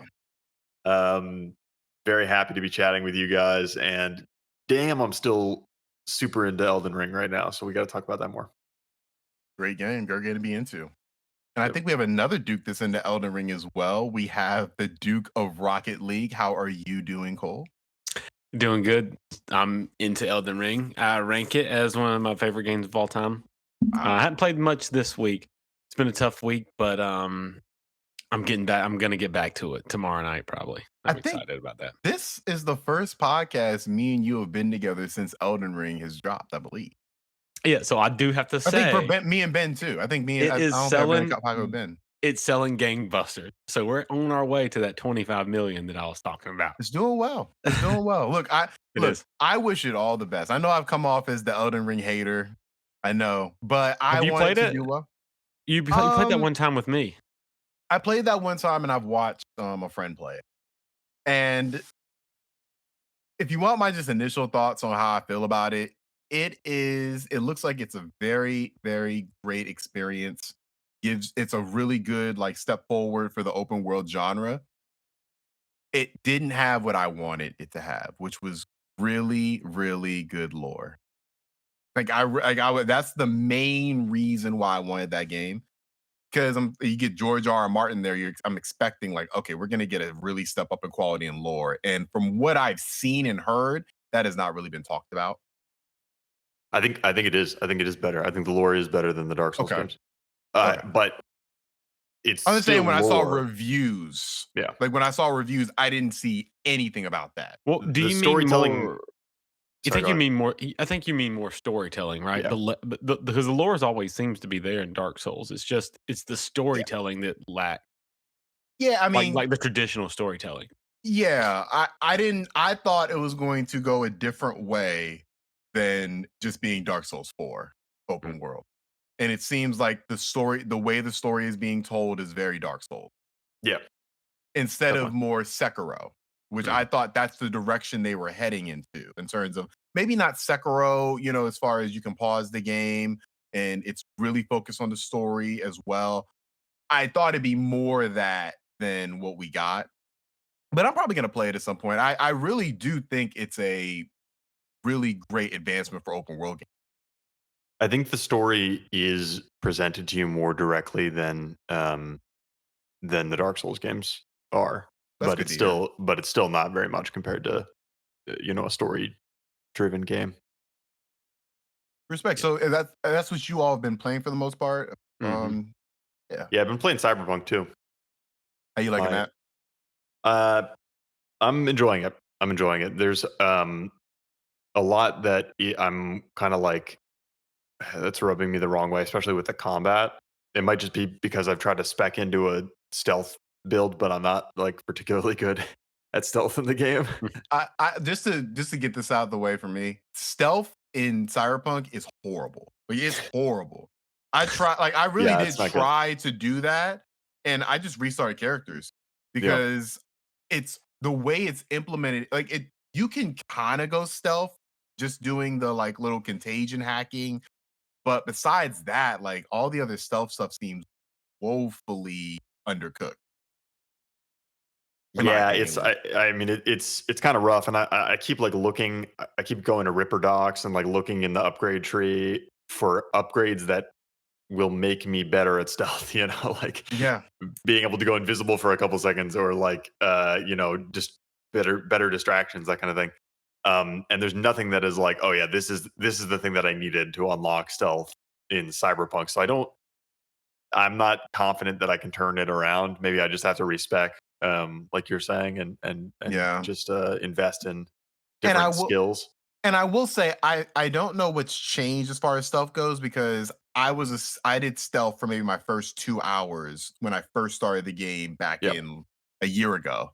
So I don't know if anything has changed with the update. There are some changes. One of the biggest things is that you can throw knives much more effectively. So like you can, Yeah, I've seen that. Knife throwing is a much more viable play style, which means like if you can hit headshots. You can stealth kill from range pretty easily. But it is very unclear when your headshot is going to actually result in the person dying, or when it's just gonna do most, like it's gonna damage them mostly, but then alert everybody. And that's like, if you hit somebody in the head with a knife and it doesn't kill them, that's the end of your stealth run. See, the and entire base knows. I like the throwing knives as in addition to the combat.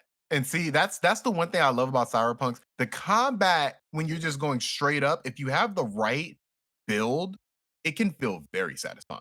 Yeah. Like it feels like an anime cyberpunk game come to life when you're playing that way. It's just unfortunate that for people who want to do a stealth build, which you should be able to do, it's the fact that they obviously didn't put too much care into that aspect of it. But Yeah, I glad might you're have to look liking into it, though. respecking. Yeah, glad you're liking it though. I love the game a lot, so I was glad we got another fan on board. And then Cole, did you have a chance to play Cyberpunk at all? Not yet. I played the launch version for like 15 hours, and then I returned it when PlayStation allowed us to pick it up. I'm gonna pick it up after GTA Online comes out, or whenever we're gonna do the Ben's Book Club. I'll pick it up like that month, so probably April. Beginning. I was about to say you better pick it up 2023. play GTA to completion. I'm done. I'm glad the first half of the year the first like 2 months were great. Yeah, man. But that's good to hear about Cyberpunk. I'm probably gonna get back into it. I put about maybe 2 hours in after the update just to see how everything was, and I was pleasantly surprised of everything you could do, especially with changing your appearance. That was one thing I just never understood. How is there no barbershops here? How is, like, there are dildos all over the place.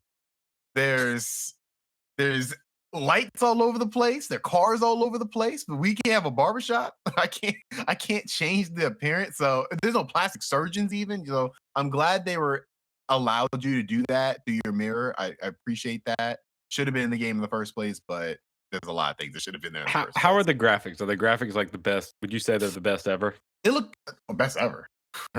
No. I mean, I will get to the game with the best graphics ever in a second. Oh yeah, Horizon. But Cyberpunk, it looks fine. It looks good. I think it's a noticeable improvement. The ray tracing mode is horrible. It runs There's some areas for me. in the beginning that were unbelievable, like the lighting and everything. To me, it looked incredible. good, like how a Switch game can look good, where it's like, yeah, Artistic. it looks good. Like the art style is there, but I remember like this is not like a PS5 game when it first launched. Yeah, it's a good looking game, but I think I kind of think about it the same way I think about Elden Ring, where like the art style is fantastic. It's a well put together game visually, but it is not a particularly graphically pretty game. And the console version, even the next gen version, does not hold a candle to the PC version, because the PC version with ray tracing, that is an immaculate looking game. That is Cyberpunk 2077 with full ray tracing is an incredible looking game. Playing that on my friend's rig, his $5,000 something rig, yes, that thing looked crazy. Like it looked absolutely insane, just like walking through the streets at night with all the lights. Yeah, it looks incredible. The console version was never going to get to that, but I think this update has shown me that they have put a good effort in, at the very least. It's not exactly No Man's Sky. It's not there yet. And who knows if it will ever get there. But I think they're, for the first time since release, trending in the right direction. Is that fair to say? Yeah. And so you've been playing Cyberpunk. I've been playing Horizon, which is, like I said, the best looking game I've ever seen in my life. I can't believe how good this game is for me. I know Alfredo talked about it last week of how much he liked it. Where was Alfredo? No, 2 weeks ago, Alfredo said that. And I agreed with him. It was great, but I wasn't in love with it at that point. I just really liked it. Rolling credits, I gotta say, this is one of my favorite PlayStation experiences. I think I'd have to put it comfortably at like my top 4 favorite PlayStation games I've ever played. Wow. It's I can't think of a weak spot. Like, that's the main thing for me. Like, I really try to think of like what could be improved. And like when I get into it, it's all nitpicking thing. The core fundamentals of the game, from the open world to the combat to the story to the lore, I think everything is there. And I'm so, and I get, the Elden Ring Horizon comparisons. They're both doing such different things that for me, it's even hard to compare those two games. I think they're both masterclasses in what they direction they went in. And while Horizon, I feel, is a more traditional Ubisoft style, like, open world checkbox experience, to me, it's the best that type of game has ever been. It's a game that has looked at how all the other games that have been in that genre, including the first Horizon, it's taken all the lessons from that and applied. There's never a dull moment. I played it for about 60 hours, and I know a game's good when I'm playing, and I'm like, I know how many missions it takes to complete the main story, but I got to do these side quests. I got to get these side quests in. Like I'm invested in these individual stories and the side quests. And so, yeah, this is, as of right now, my game of the year. It's the best open world RPG I've played since Witcher 3. Last time you talked about it, you were positive about it. You were enjoying it, but you were not over the moon about it. And I recall you saying something akin to like it's more Horizon. That changes. That changes. Yeah. Yeah. What? Not only what changed it so that it was more like a sequel for you, because we talked about that there is a moment in which the game kind of opens up a bit, but what? Was there a moment that elevated it, or a series of moments that elevated it? Yes. For you into the stratosphere here?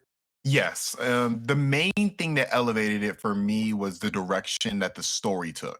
And by story, I mean the main narrative and also the quality of side quests. Yeah. Where that's good to hear, because I've said this before. One of my favorite things about the first Horizon, even though it's a solid open world game, one of my favorite things about it was the main narrative. Oh, I agree. It was incredible. It's the best PlayStation narrative, I think. Well, let's just say Last of Us. I really like The Last of Us too. But to me, I it's would say second best Last by of Us and too. Horizon to me fight for number one, like Zero Dawn. Yeah. I was shocked at how much I love that narrative. Me too. I love that narrative so much. I read the comic. Like I So love that world. This doesn't beat Horizon Zero Dawn for you. Story wise, no. Because there's just like, to me, there's a novelty in when I learned what was going on in that. I was taken aback because I was like, I did not expect the story to head in that direction at all. Right. This game has a lot of moments like that as well, just none that land like that initial. I don't want to spoil Zero Dawn too much, but that initial, when you realize what Aloy is, that revelation to me was, I was like, okay, this is a different type of story in a video game. You don't usually get stories of this quality. I agree with you on everything. I was 30 hours into Horizon Forbidden West. Like, story-wise? Yeah, I was at the moment when you're going and collecting the different, not to be a spoilers, things that you have to get. When it opens up, the three things? The three, I was in. I had already done one or two of those. I think two of those. And see, that's when the game completely opens up in my mind. Because I agree. When you get those three, it honestly works a little bit like how Breath of the Wild worked, which I was very shocked by. I didn't know they would do something like that, where it's like Breath of the Wild, like, all right, you can go face Ganon, or you can get these 4 Guardians. I forgot what they're called. This game is not, you have to collect them. There's no like skipping to the end. You have to collect these 3 things. But the stories that came along with getting those 3 things, and the fact that you can do them in any order, opened it up for me where I'm completing like most of one of them. And then I get to a certain point where it's like, okay, you can finish this one up or you can go to another one. I'm like, oh, I didn't expect to be able to just go to a different level of Divine Beast. There we go. I'll say Guardians. But yeah, I didn't expect to be able to go to a different area of the story right now. I thought I was trapped into the, just doing, because in open worlds, when you're doing a mission, it'll be, all right, you're locked to this quest till the end of the quest. It was like giving you a lot of freedom. And I wasn't really expecting that. And then the way I did it just felt really good to me story-wise.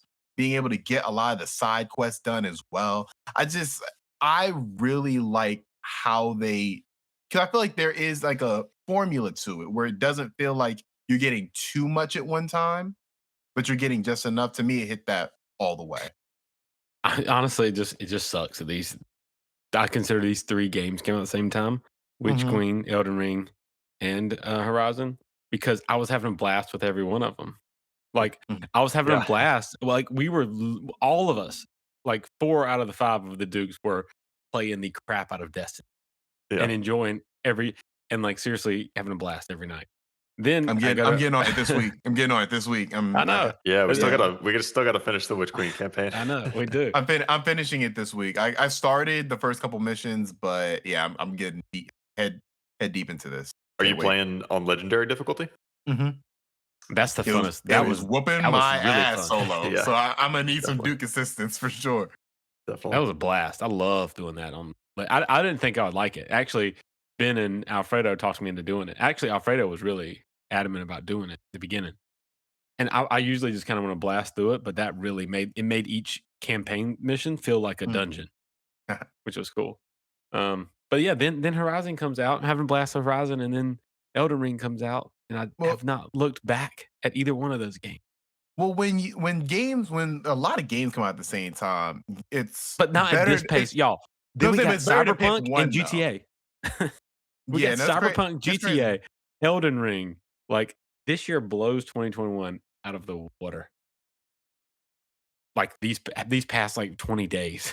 Yeah, it's nuts. It is a little nuts, like how much concentrated good releases we're getting right now. Yeah. And I wonder. We skipped Pokemon besides, I've actually been playing that. Once I put down Horizon, I was like, you know what? I have this. Let me pop it in.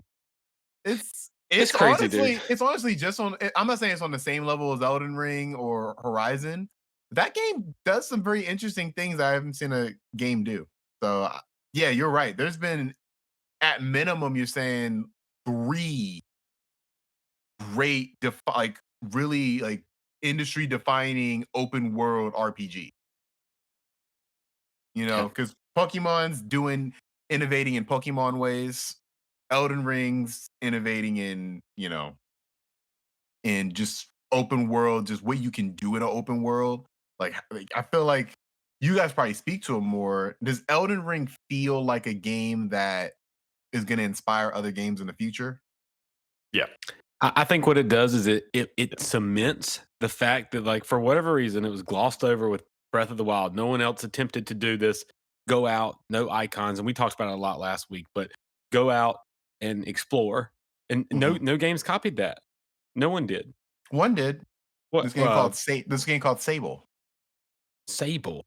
There's been a few. And I mean, there was that one Ubisoft game. That was basically Breath of the Wild. That one was like Breath of the Wild in terms of climbing and combat. But it wasn't. But there was exploration. a lot of icons on that screen. I remember trying to play that game, Immortal Phoenix Rising. Immortal Phoenix Rising. Yeah. Yeah, I tried to play that. I was like, this is.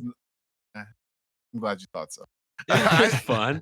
I played it for about 3 hours, but it was fun. Those 3 hours. I played for 3 hours too. Okay.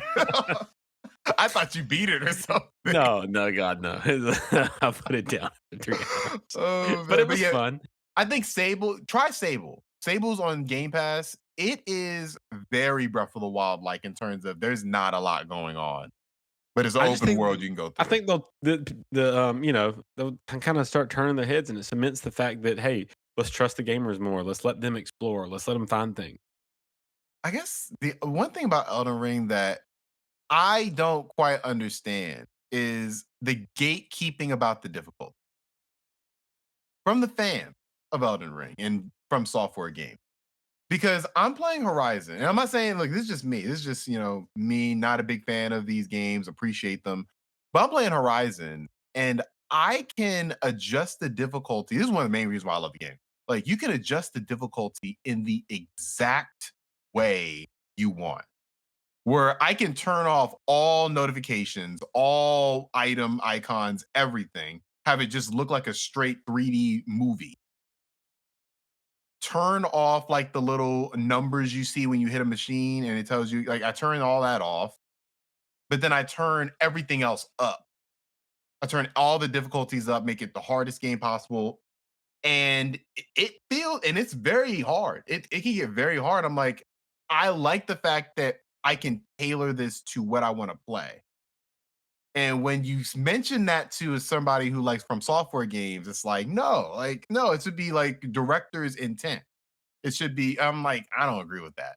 Like, I just don't agree with that. Like, I get it, I understand it, but it's a video game.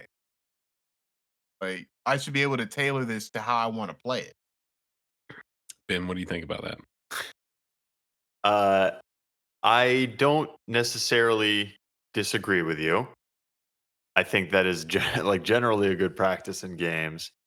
I also don't think that it is something that all games need to have. And I see the benefits of not having selectable difficulty. If you give players too much, I forget what exactly or who this quote is attributed to, but it might be Sid Meier. That's who made Civilization, right? Civilization, yeah. Yeah, I think he said if you if you let them, players will optimize the fun out of everything. Yes, yeah. To where you're making the experience as streamlined as possible to the detriment of the experience. Perfectly worded. And you can still do that in Souls games. You can still do that. Anytime you ever see someone talking about farming souls, they are optimizing the experience to the detriment of it, because they're not playing in a way that's actually fun. They're playing in a way that allows them to, min max and that's not to minimize like other kind of meta game type things like speedrunning, where there's certainly a level of fun and achievement to seeing how you can test the limits of the game and break it in certain ways to manipulate it to that extent. But I'm talking about like when someone is just going out of their way to make the game less fun, or less interesting of an experience, less impactful of an experience, for the sake of being able to get through it quicker, or for the sake of not having to kind of grapple with the experience that is intended. It is way too easy to do that in most games.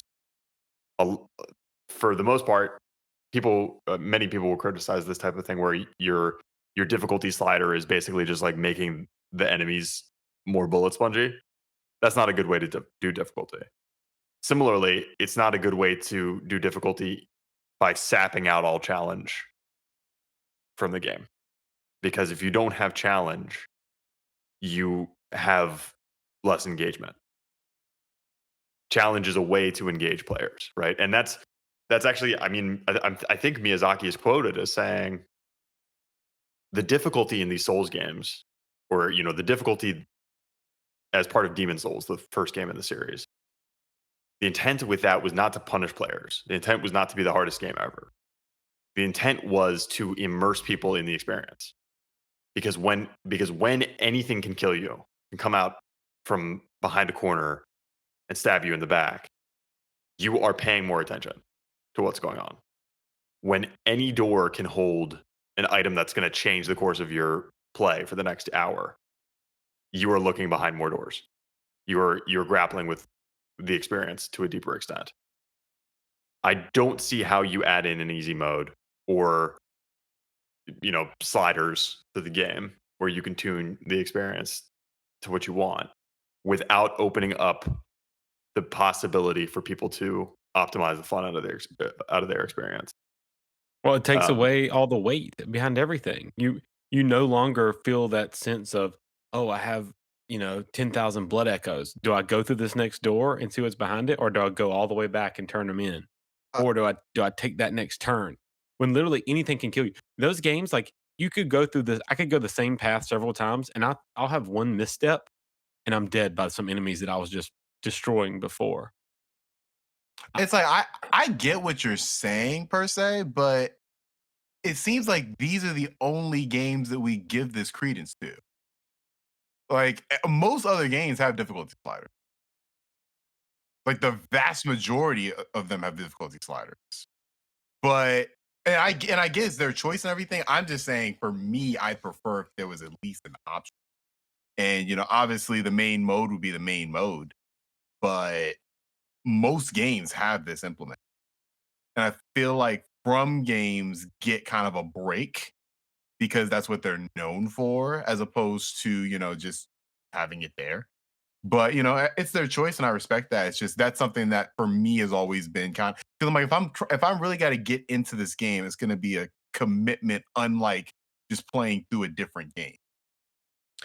I don't think the games would be special though if there's easy mode, because I think a lot of people would just use easy mode, and like Ben said, I think it would take away it. Some people will bounce off of it, like you bouncing off of it because of difficulty, but I think the reason they're so popular is this difficulty is the big draw of the game.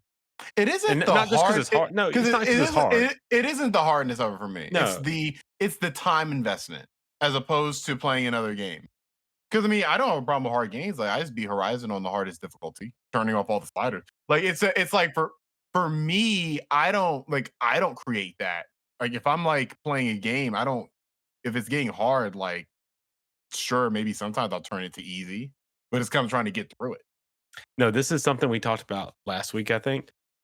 Like with Horizon, I turned all the enemies up to story mode difficulty because I wanted to feel like a superhero just going through there. Uncharted, I do the same thing. I play on super easy mode because I just want to blast through it and I want to feel like a superhero and I want to destroy everybody. Even Spider-Man, I do the same thing because I don't want to be hitting these enemies 50 times. I don't feel like Spider-Man. I don't feel like Nathan Drake, like James Bond or whatever, But with Dark Souls, these are the games that, and I feel like I'm wasting my time when I go through Uncharted and I'm just dying over and over and over again. But for whatever reason, with Elden Ring and Dark Souls, Soulsborne games, I feel like my time is not wasted for whatever reason. Like the other night, I spent 2 hours going back and forth between two bosses. And I for some reason, I just don't feel like I'm wasting my time. I do to an extent, but I feel like it warrants my time. Like the game deserves my time. I think it's part of that is like the reward structure that the game has built and the fanfare around surmounting difficult obstacles, so that when you eventually clear the hurdle that you're bumping up against after 2 hours, it doesn't feel like finally I got through that fucking annoying part that I kept dying in. It feels like, yes, I felled this incredible monster and I finally did it. I achieved something, right? It's all about like what your frame of mind is. It's not, yay, I can't wait to get to the next cutscene. It's kind of the way I play the Metal Gear games, even though I like those games. It's not, yay, I can finally get to the next cutscene. It's this is a story of me overcoming adversity, and so to whatever extent you are lessening that adversity, you are robbing from that experience of ultimately completing these challenges. So I mean, like, I don't think every game needs dynamic difficulty that players can choose. I get this idea that these games are so acclaimed and everyone sings their praises, and some people just they try and they can't get it. It doesn't click for them. There are plenty of games that are like that. There are plenty of games that are less accessible than these games, and a lot of them are on PC. Just to throw that in there. Hey, and not for reasons of difficulty, but for patches and bugs and plugins and all this other kind of crap you got to get. Yeah, but not just that, but like also depth. Like any 4X game, you're gonna have to read manuals of explanation for how to play the hell, and anything in like in an Age of Empires game or Elite Dangerous is one of them. RTS game. The space game, like Star Citizen, all these kind of games like that too. So there are plenty of games with big barriers to entry where you have to come to grips with what the game wants from you. And Destiny's one of them too. Yeah, sure. Yeah. I don't think the moment to moment gameplay in Destiny is comparable, because even small things in the Souls games are big challenges to somebody who is new to the experience. But at the same time, like,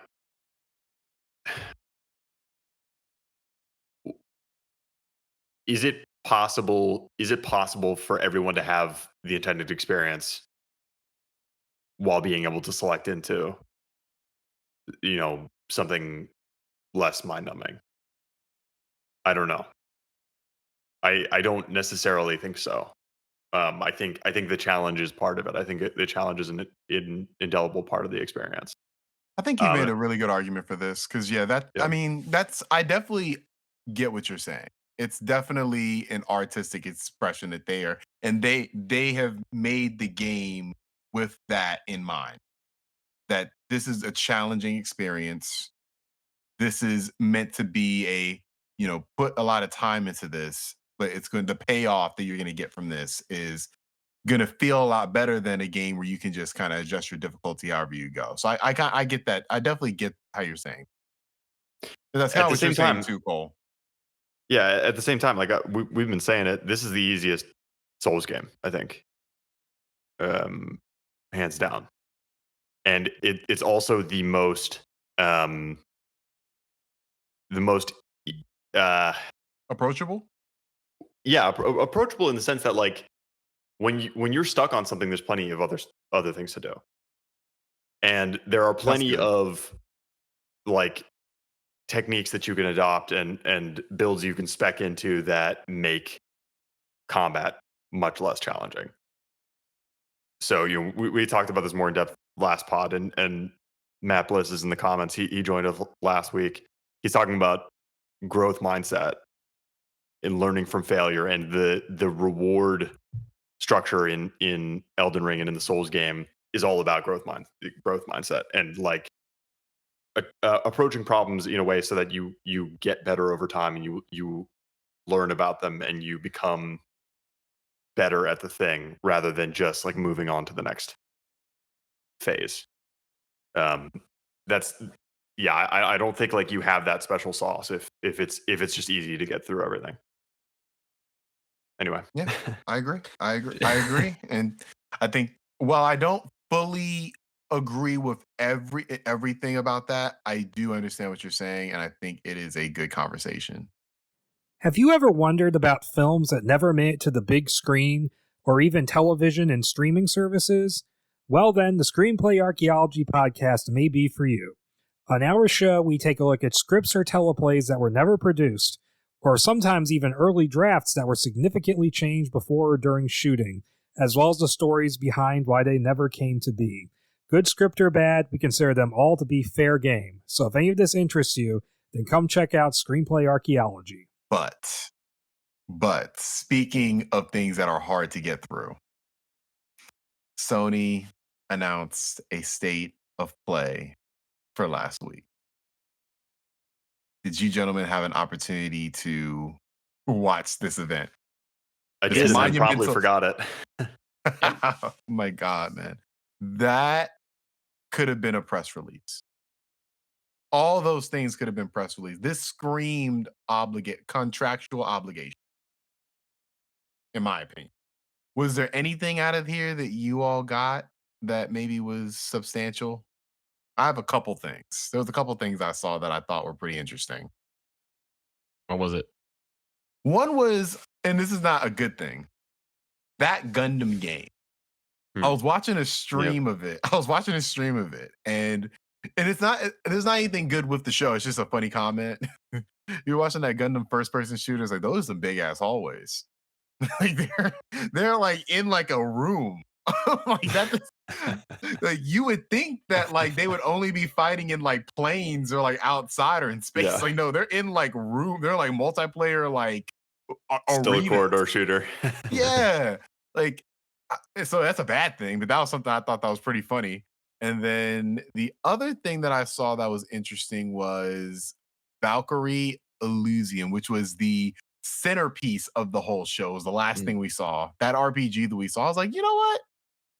That looks good. I hope it comes to Switch. You know, I don't think I want to play that on my PS5, but that looks pretty interesting. I love anime games and Duke of Anime, so right. I like the anime-ness of the show, but besides that, and of course the Returnal update as well. You get co-op. Yeah, and you that get the looks tower. decent. It'll It be looked interesting to do misplaced. co-op. It looked misplaced in here. It looked Yeah. like I liked it, but it seemed I was like, that doesn't everything else. They're talking about a lot of anime. We're talking about, basically the Square Enix Capcom show. And then that just randomly dropped in there. But it was a pleasant surprise. I Talk thought about the best- unrelenting games. So Returnal is another one example. Yeah, I was about to say the best thing to come out of there was the Returnal co-op. Yeah. Yeah. And thought I that never was beat cool. Returnal, so I know which one of you guys beat it. I did, and Alfredo did. Okay, so Thomas, we're gonna have to do this co-op. I think call we on should. Ben. I think we should. It would I be think fun. that is our goal for the next couple months. Get through Returnal. So many games. Also, and I don't know if it's just me, I played through the Ghostwire Tokyo prelude thing. Yeah. No. I'm getting a little sour on this game. Is this the game that Ben picked against? Was that the game? I need to call Ben out because I remember Ben said. I said something about it's looking pretty good, and Ben said, "Oh no, it looks terrible. If anybody claims that, I'm gonna bet against them." And then I look on the draft and I see it's on his sheet. No. You guys are thinking of Forspoken. No, I'm talking about Ghostwire. I bet against Ghostwire. I never bet against Ghostwire. You said it. No, you remember, said it. You're like, I remember this. You said whoever gets that, I'm gonna go against them. You did. And I was like, I don't want to say anything because I don't want to bet against it. And I bid like $7 on it. Because I remember the night that you saw that Ben had done that, me and you were playing Destiny, and you were like, "Oh shit, Ben has picked up Ghostwire Tokyo. He played me. He played me perfectly. He got it for $1." And he had to have bid me more because I bid, I think, like $4 or $5. So you had to have outbid me. I was like, man, I was just trying to fill out my roster. I got. But honestly, look, it's not I'm not sour on it because of that. But playing through that prelude, I was like, I should not be falling asleep right now. I'm not tired. Had coffee. This should not be putting me to sleep. It seemed, and look, it might be visual novels are hard to pull off. I play bad visual novels, play good ones. This is definitely a bad one to me. And the story just wasn't interesting. And I hope that doesn't ring through to the actual game as well. Most games don't release visual novels before the game. So I'm giving it a little break on that, but this kind of soured me. I've gone from pre-ordering this game to waiting till a review. That's a bummer. I also downloaded the visual novel because like the visuals of this game are interesting to me, and I feel like there's something there. But every time I see gameplay, I'm like, I don't know how this is gonna play, and it just seemed like the game had a lot of production issues. So I am really uncertain about how this game is going to land. I don't recall being as down on it as I apparently was. I gotta find the podcast. I remember I saw it. I was looking at it again. You were like, "Yeah, whoever gets that, I'm a bid against them." I was like, let me keep my mouth shut. Yeah, I got a bid open right now. But yeah, that's I'm good to hear that you are more up on it now, but I'm a little more down on it. So I think we're about even now. Are you interested, Cole, at all? I know it's not really your flavor. Not at all. I'm not interested in first-person shooters at all, besides Destiny. Fair enough. Or first-person games. So never Grand Theft Auto first person? No, never? And not until it's in VR. Then true first person.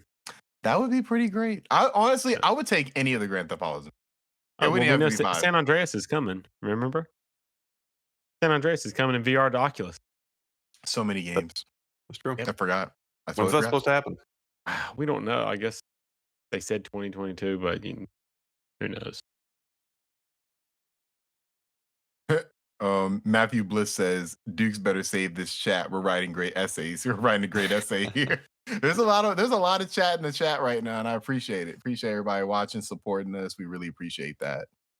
Was there anything else in this state of play that caught anybody's eye? Great. Nothing for me. Sony, do better, please. Or if you're going to I wish they have a different let's let state of plays just be this, and then call the big announcement something different. Because I don't like to say because there are state of plays that have fire. I've seen them, and I feel like it's been a while. I mean, I remember the last one. The core game was Little Devils Inside, so the last one wasn't that much better either. So hopefully they can, hopefully the next time we get some great announcements, some great updates on the games we know we have coming. But of course, let's get to our next topic. And we've been talking a lot about open worlds. And so we just kind of want to take a moment just as a tribute to all the great developers developing some of our favorite open worlds. Let's go around and say what some of our favorite open worlds are and what makes an open world for each of us as individuals. And since it's my topic, I'll go first kind of. My favorite open world in any game, period, is New York City and Spider-Man. Just is. Because to me, an open world succeeds when you don't think about the algorithms going into it. You don't think about any of the things of how this is working. It's just working how it's supposed to. New York reacts exactly how I would expect it to react when Spider-Man's there. When I'm in the skies, it looks fucking beautiful. I see on my radar that there's crime. Go get the crime. When I'm on the ground, whether I can go up and swing back, or I can walk through the streets and greet all the good people because I'm Spider-Man. I think that it's so simple. It's not trying to do a lot. Obviously, it has the side quests, it has the main quest and everything. It's a very basic open world, but what it gets right to me is just so perfect. And yeah, that one's probably my favorite. But I think an open world succeeds where you can completely get lost in it. And that's how I define what I think is a great open world. That's interesting. I don't know that Spider-Man would be on my list. Even though I really love that game, the way you are kind of above the fray. I mean, quite literally swinging above the concerns of the people in the city detaches me from it a little too much. There's plenty to do. There's plenty to see. Yeah, you can walk in the streets among the civilians, but there's not a hell of a lot of reason to. It's just a palate cleanser. You go in the streets, get some high fives. Also, Matthew Bliss in the chat said something really why it really did spell out why I love it. Well, I'd argue a good open world is when you want to run the world without exclusively using the map to get the job done. That's Spider-Man in a nutshell for me. Because I can count on my fingers how many times I use fast travel. Because why?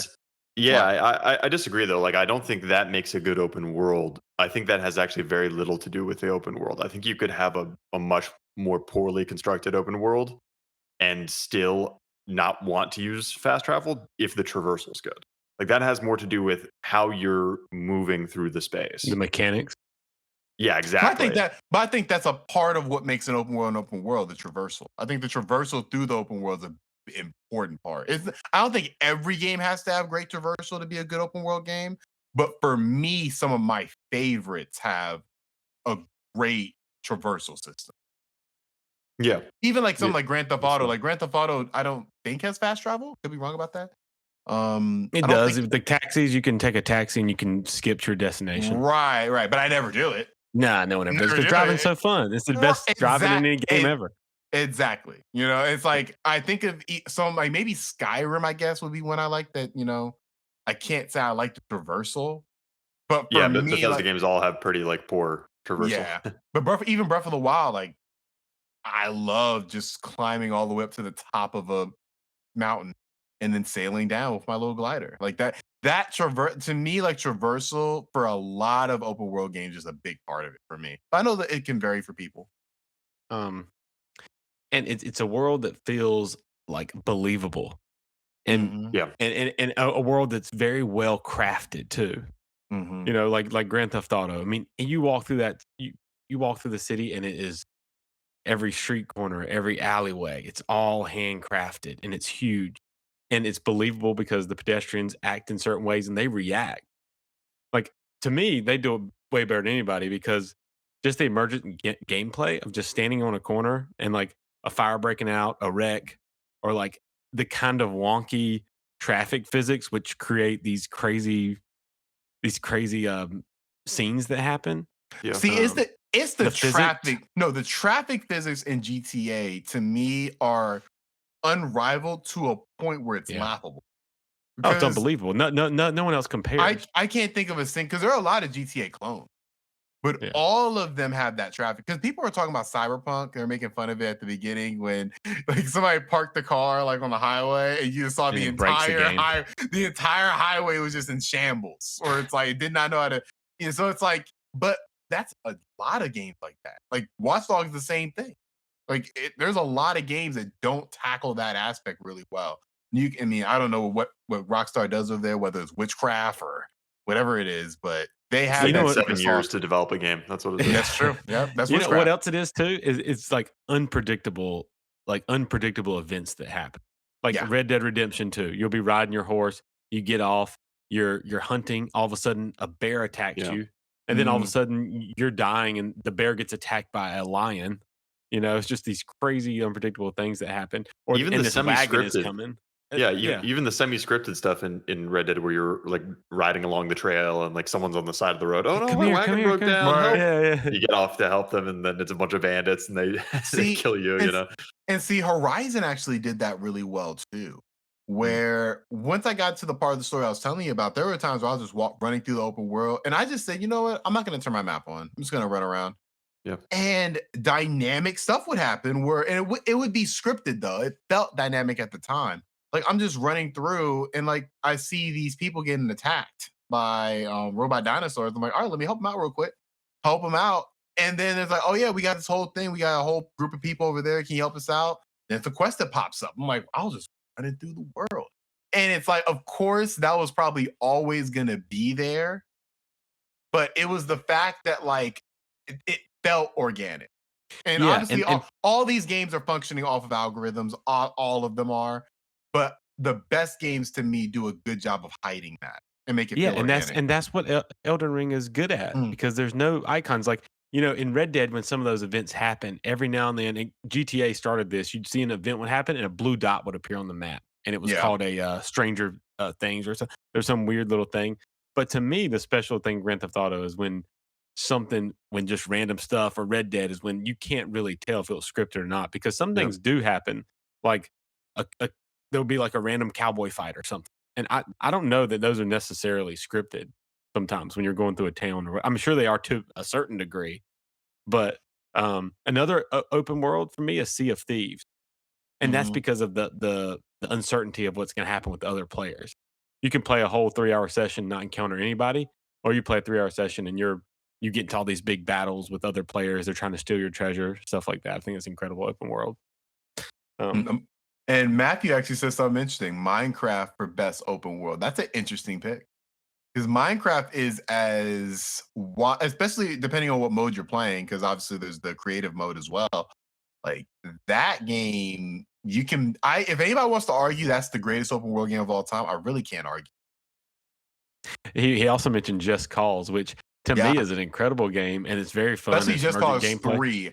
Just Cause 3, I think. Or 2. The one that was on PS3. Well, the that bad one thing is I that, love. Yeah, they just don't perform good. I played Just Cause 4, and it was just awful performance on PS5. I think I played it on. To be And fair, it that looks game terrible. To be fair, that game is doing a shit ton in terms of physics. I know, yeah, it is. Like maybe to a detriment, to be honest. Yeah, to me, Just Cause is an example of a game that doesn't have a very good open world, but has fantastic traversal through the world. So, that I don't when I played Just Cause 3, I don't think I ever used fast travel because like using the wingsuit and the jetpack and all that stuff is just way too fun. Yeah, but it's not like a very interesting open world. Also, Yeah. I don't know what these, because all the JRPGs, like maybe not something like Persona, but something like Dragon Quest, Shin Megami Tensei, like these games have like open world elements as well. And it's like I see that. I don't think that was a real big thing for a bunch of JRPGs back then. They kind of were more linear, especially like during probably like the mid to late 2000s.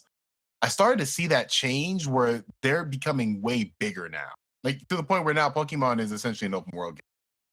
And I think that while I wouldn't classify them as open world games, it does speak to the fact that a lot more games are, in genres in general, are embracing open world elements.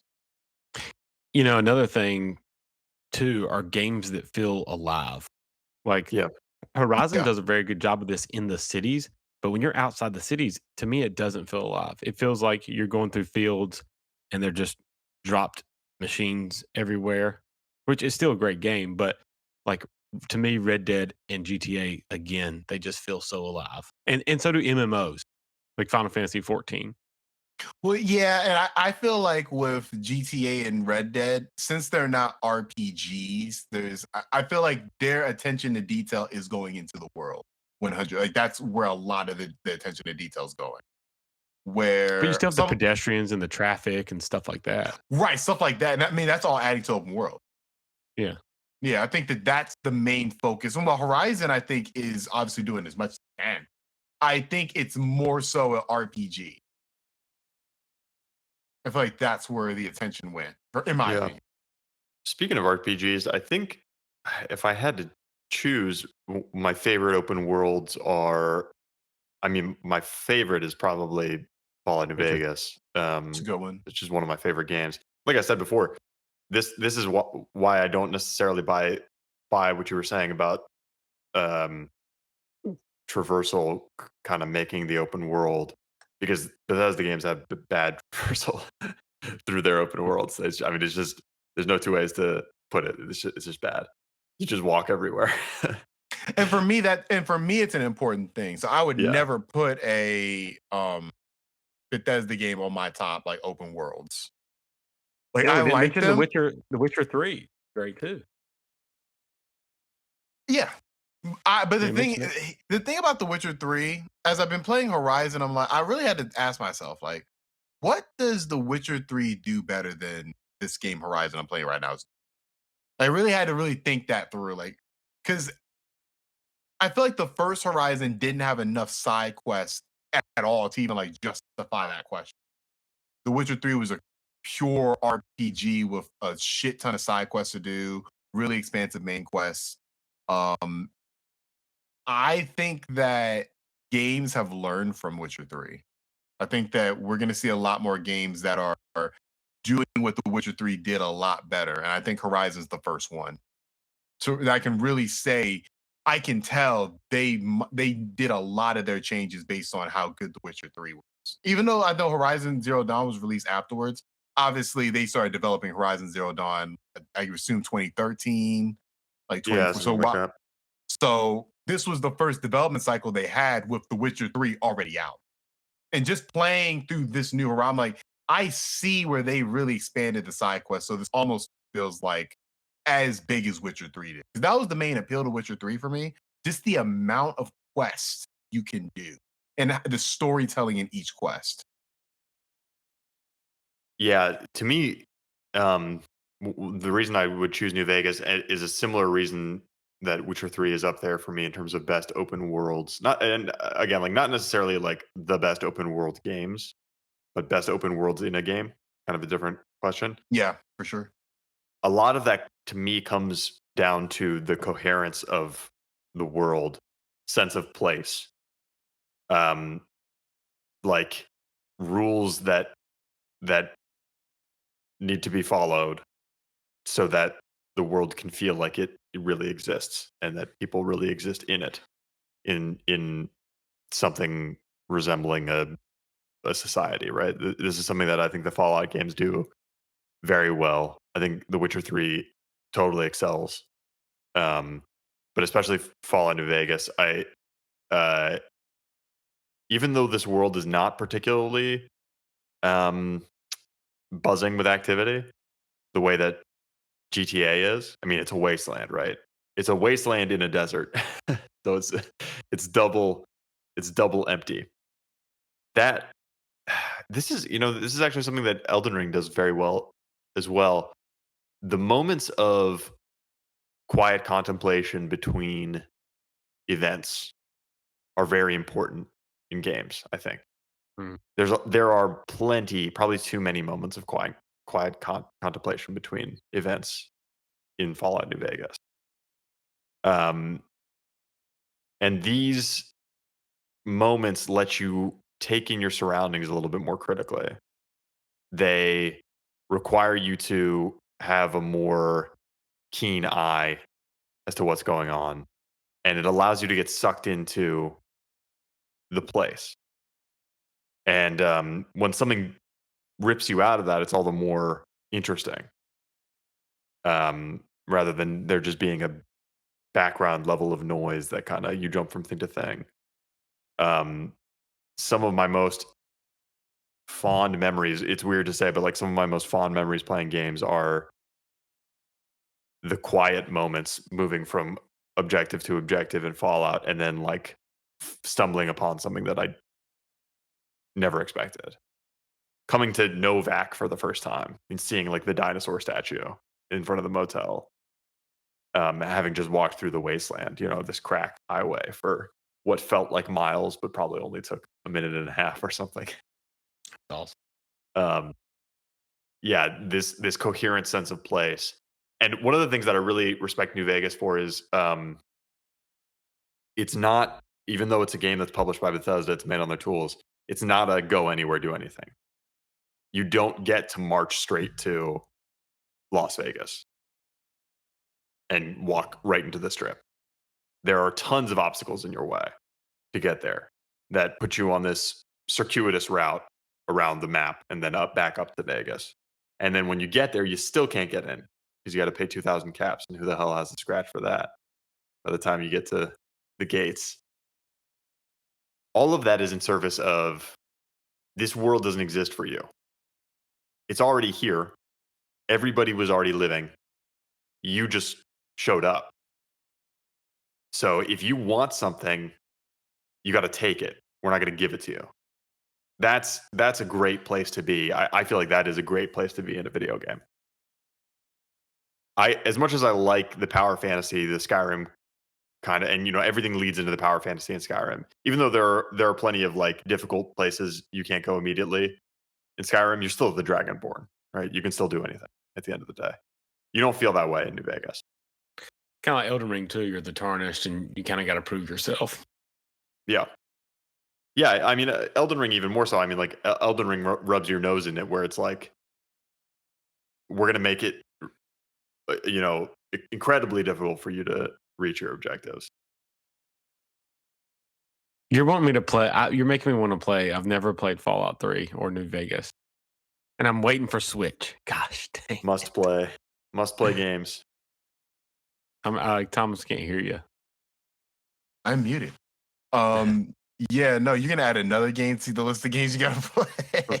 Well, I'm gonna wait for Switch, which I think will probably be like a year away or something. I've been waiting on that to come to Switch. I don't think it's gonna happen. Yeah, I don't think it's gonna come. I don't think it will. I feel like it would have happened by now. Yeah, it would have. I feel like that game. You would think it'd be easy, but there are a lot of moving. I don't know what does Obsidian own any rights to the game at all? No. It'd all be in Microsoft's court. Yeah, it'd all be in Microsoft's court now, and I'm sure there is a lot of other things. There have been rumors recently about Fallout New Vegas too, and the discussion is apparently happening within Microsoft because I mean it's all in house now. Bethesda, Obsidian, the whole shebang. They could make it happen. They could do it. I think they really should remake Fallout 3 and New Vegas. Those games are pretty rough around the edges. I think they need more than the Skyrim double remaster treatment. But yeah, if they made New Vegas too, oh boy. That would be crazy. No, that would be amazing. absolutely crazy. I feel like that would get a bigger pop than Fallout 5. Like Yeah, that would be it might. insane. So I think we've done a great job in kind of encapsulating what open world means to us. It's a very broad genre for sure. Because open world, I mean, that fits, like, there's so many genres that utilize that, but there's a core, just fundamental, just feeling of an open world and what makes a good one. I think we did a good job kind of exploring that. Thanks for the comments, everybody, for that. And of course, we have to get to our last topic, which is a doozy to say the least. On a sadder note, for sure, there is currently a war going on in Ukraine that is, obviously our thoughts and prayers go out to everybody in Ukraine going through it. But just on a video game level, there has been a suspension of sales amongst all the big companies. I don't know about Steam. I don't think Steam is a lot of companies. Yeah, but a lot. So chief among them, Sony and Microsoft. They have suspended sales of their consoles and any new games in Russia. And yeah, that's led to a big backlash in terms of Russia allowing piracy, which is something I never thought I'd see in my life. I never thought I'd ever see a country legalize piracy, but here we are. What are y'all's thoughts on this? I thought this was super interesting. It was kind of shocking. I mean, I can't believe they did this. I'm Ridiculous. honestly, when I saw the headline, I was shocked, but not like super shocked, because I'm like, that is kind of the logical conclusion. Yeah. Like, that does make a lot of sense. The only thing I put a message in our Discord, the first thing I thought of was, does that mean none of this stuff's going to come back to Russia, even if all this stuff is over? Because if you allow piracy, you're basically allowing the theft of IP. You're basically allowing all that. So it's like you're kind of rubbing all the companies there. You're gonna allow that's gonna be affected by this. You're gonna rub them the wrong way. And so that's what I took away from it. I'm like, sure, that might be cool, but does that mean no entertainment media is gonna be sold in Russia? I think when sanctions eventually end, when the conflict eventually ends, how long that takes, I mean, who knows? Let's say it ended tomorrow. Let's say it ended next week or tomorrow. That's just right. Yeah. Hypothetically, sanctions would end, and then I think you would see a reversal of this. And I think specifically the language suggests that it is not suddenly legal. They're just saying that they will not enforce the law in this case. That crimes related to piracy and IP theft and that kind of thing are not going to be punished. So it would then be easy for them to reverse and say, okay, now they will be. Matt asked the important question: can companies who own what is being pirated still sue the pirates or individuals who have pirated? No, they can't, because it is legal in the country. Yeah, they have no legal recourse. Yeah, not in Russia. I was about to say we have a master of the law right here. I wouldn't say that, but, I definitely was about to lean on you in terms of like, because I didn't think you could do that. Because if Russia doesn't prosecute, then no company can sue. Mm-hmm. That's where my thought comes in, where it's like, are these companies about to just stop doing business in Russia even after these sanctions are lifted? Because I feel like legalizing piracy is a huge step. I feel like that's a huge step in terms of like stepping away from commerce with Western media. Yeah. I think we will. I mean, like, I have hope and faith that we will eventually see some, like, a return to normalcy, and what that will take, I don't know. But you're right in that this is the logical next step. Games companies have en masse said we will not do business in Russia, and that is going to come at cost of sales to us, and that's because we're taking a stance, in this conflict. And can I challenge as a that result, really quick? Not to interrupt you too much, but sure. So I just don't believe that they're taking a stance per se. I believe that it's not even. I feel like it's a PR thing for sure, of course. That's all. But I also think it's the fact that they're not on. Like they've been cut off financially off the global marketplace. Like Swift, I believe is what they're called. The Swift, the global banking. They're not listed anymore. So for these companies to actually do business, it would be an arm and a leg to even attempt to do business. So I think that that's a big factor into why this is happening as well. Because, and I mean, also saying you're against it, it's going to be a win-win for you because it's a PR dream to be on the good side of this as opposed to be on the negative side. But I do think it's also because doing business in Russia right now has been complicated greatly by the government. I just want to put that out there. That's true. I mean, I guess you could say it could be in question whether the company's true motive is to take a stand. But I think reading at face value the statements that these companies are making when they are officially saying we are no longer doing business in the country, and not all payment processors have stopped, dealing in Russian rubles. It's not like the currency is entirely shut down. It's just so many individual. The sanctions prevent a lot of companies from doing business in certain ways, and then a lot of businesses themselves are coming out and saying we're not. right. And I'm just saying it takes more effort to do business in Russia now than before. So why put that effort in if it's going to be a PR nightmare? If you agree to do that, that's all I'm saying. I think that it's both of those things. I think it's it's harder to do business. We can technically still do business, like you said. The payment processes are still in place, but why? Like why? Like it doesn't. That's going to be a PR nightmare if we go around that. I think that's a big part to play as well. So I think that leads on. Go ahead. I'm sorry.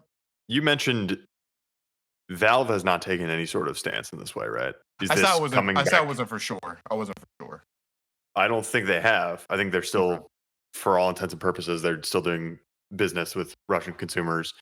So I haven't seen any scrutiny on Valve in any big way. All I've seen is positive remarks about companies that are doing things, not negative, responses about companies that aren't. That's a good point. So I don't necessarily agree. So there's an article here on gamesindustry.biz that says games firms opposing Russia are cutting off a $3.4 billion market. I think some of what you're saying here, Thomas, about there are already being such incredible complications in dealing with Russia now, like making the decision a lot easier is true. I mean, like it's not going to be a $3.4 billion market this year, even if everybody was accepting, Russian money. Yeah, I see what you're saying. It's making it easier for them to pull out because people aren't going to be spending that much. Their ruble or whatever just devalued like crazy. Yeah. They're not going to be spending much discretionary income. And look, I'm a leftist. I believe that all companies are evil. So obviously my political worldview gets a little bit in there, but I just don't. It takes a lot of suspension of belief for me to believe a company is like, oh my God, a war. It's just that I don't think companies think that way. I think they think this is going to be a PR nightmare if we. And I don't see Valve like promoting the fact that they're still doing business. Like they're not. We stand with the Russian people. They're not saying that. It's just keeping it on the low. Look, it kind of aggravates me when it's politically correct to do something, and then all these businesses just start piling on and doing the politically correct thing because you don't know. Oh, I hate do they really it. mean it? But then again, I never forget Cole. Yeah, I'm glad you mentioned that. I know what you're about to bring up. Yeah, go ahead. You're about, when they all posted the blacked out screen and all that stuff. Is that what you're about to say? It wasn't even that. It was when Activision said, of course it's Activision. Of course, when Activision's like, we're gonna work to get rid of the racial slang in Call of Duty. I'm like, I've been playing Call of Duty since I was 13 years old, being called the N-word at least once a month. On this thing, that. That's ridiculous. Yeah, like you choose now, like now it's okay to put the funds. So I just don't believe these companies think in that way. I don't either, but I will say, I hate to fault them for if they're doing something that's right, even if they're too late. Do we fault them because they're doing it too late? You know what I mean? Like I don't fault them. I don't fault them.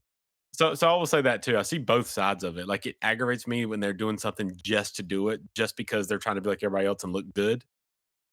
And then, but then again, it's good that they're doing it, I guess, too. So definitely not bad. Definitely not bad.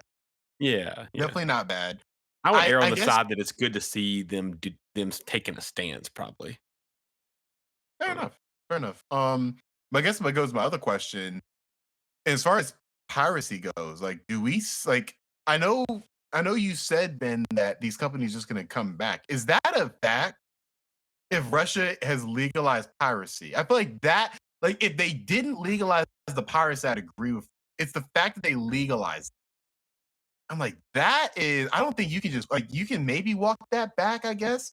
But like, are these companies going to feel spurned that you just allowed their citizens to steal millions of dollars, essentially?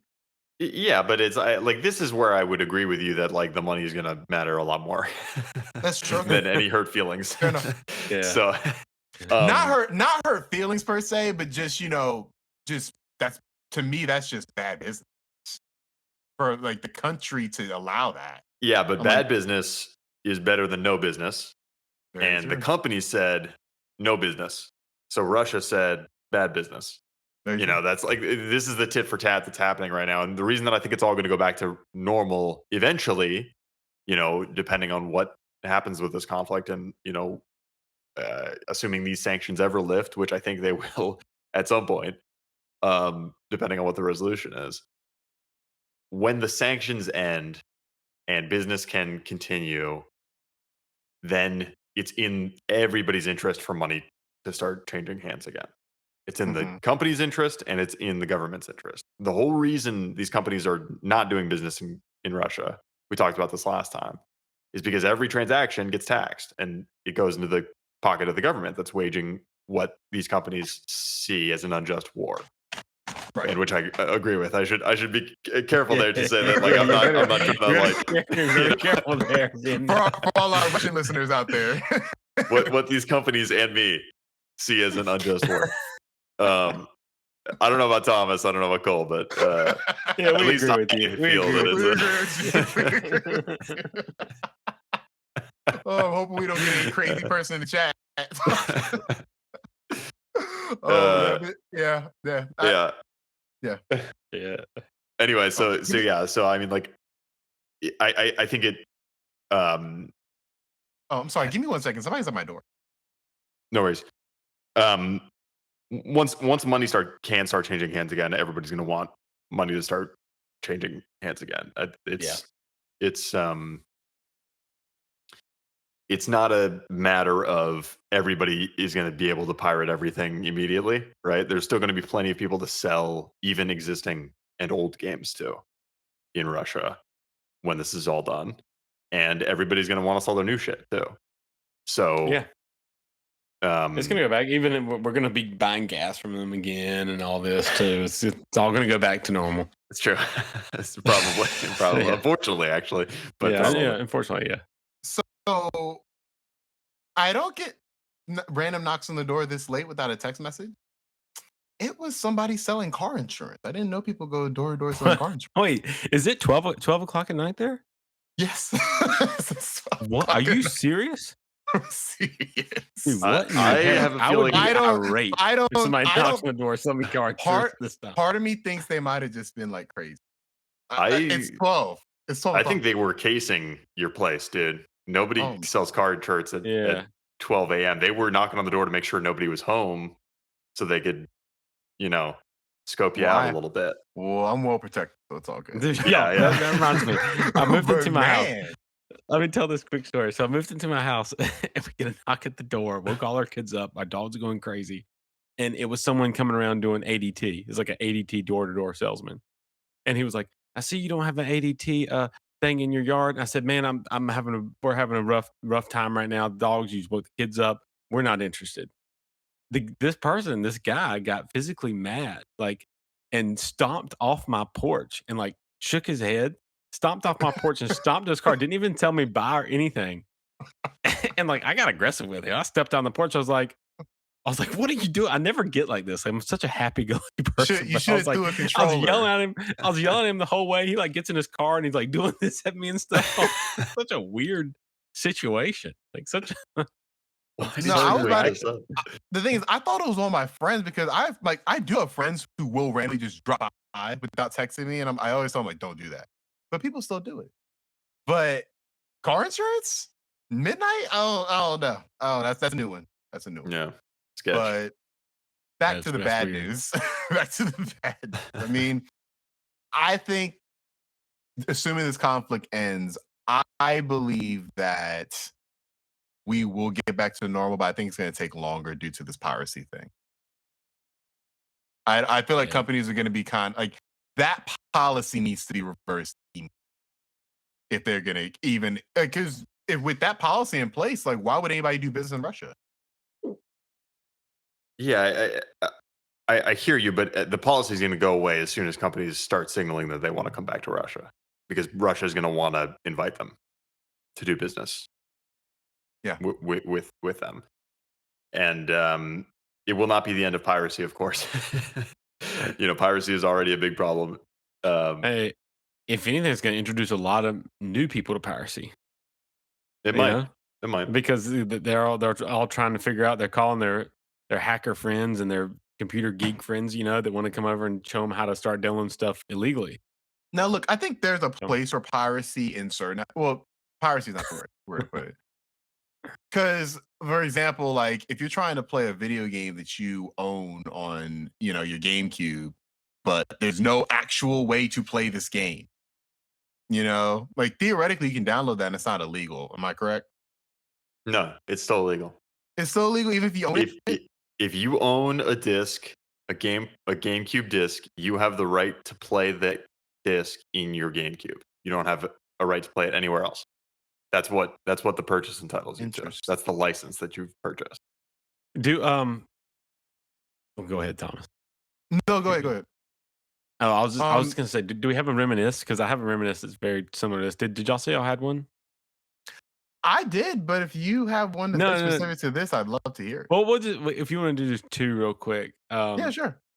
So I grew up you guys are a little younger, but I grew up during the time of Napster, when Napster first came out. Yeah. I was right. I was right under it with LimeWire. Yeah. Yeah, and I remember LimeWire, but going from that time when you had to go to the store, physically buy a CD, or if you want to record a song, you had to put a cassette tape in the radio and record it that way. And then to all of a sudden downloading on Napster, Napster was unbelievable. I just can't. It's such a weird time. We'd literally sit there and just download the entire Tupac discography, in the afternoon. Hey, that's not a bad thing to download. And I don't know if y'all remember this, but when I went to college, we had all apartments and dorms. You were all linked in the same network and stuff, and you would have how did it work? You could find people in your college that would have the Beatles album or whatever, and you could I guess it was the same thing, but for some reason I'm thinking it was something different. You could download it from them and it was faster or something. I can't remember. Yeah, it would be off the local servers, the intranet, the college intranet. There was always the one guy that everybody would just be downloading everything from. He was the one guy on the bottom floor. I was the guy in high school because that was my little hobby. I was I want to collect all the music in the world and burning CDs.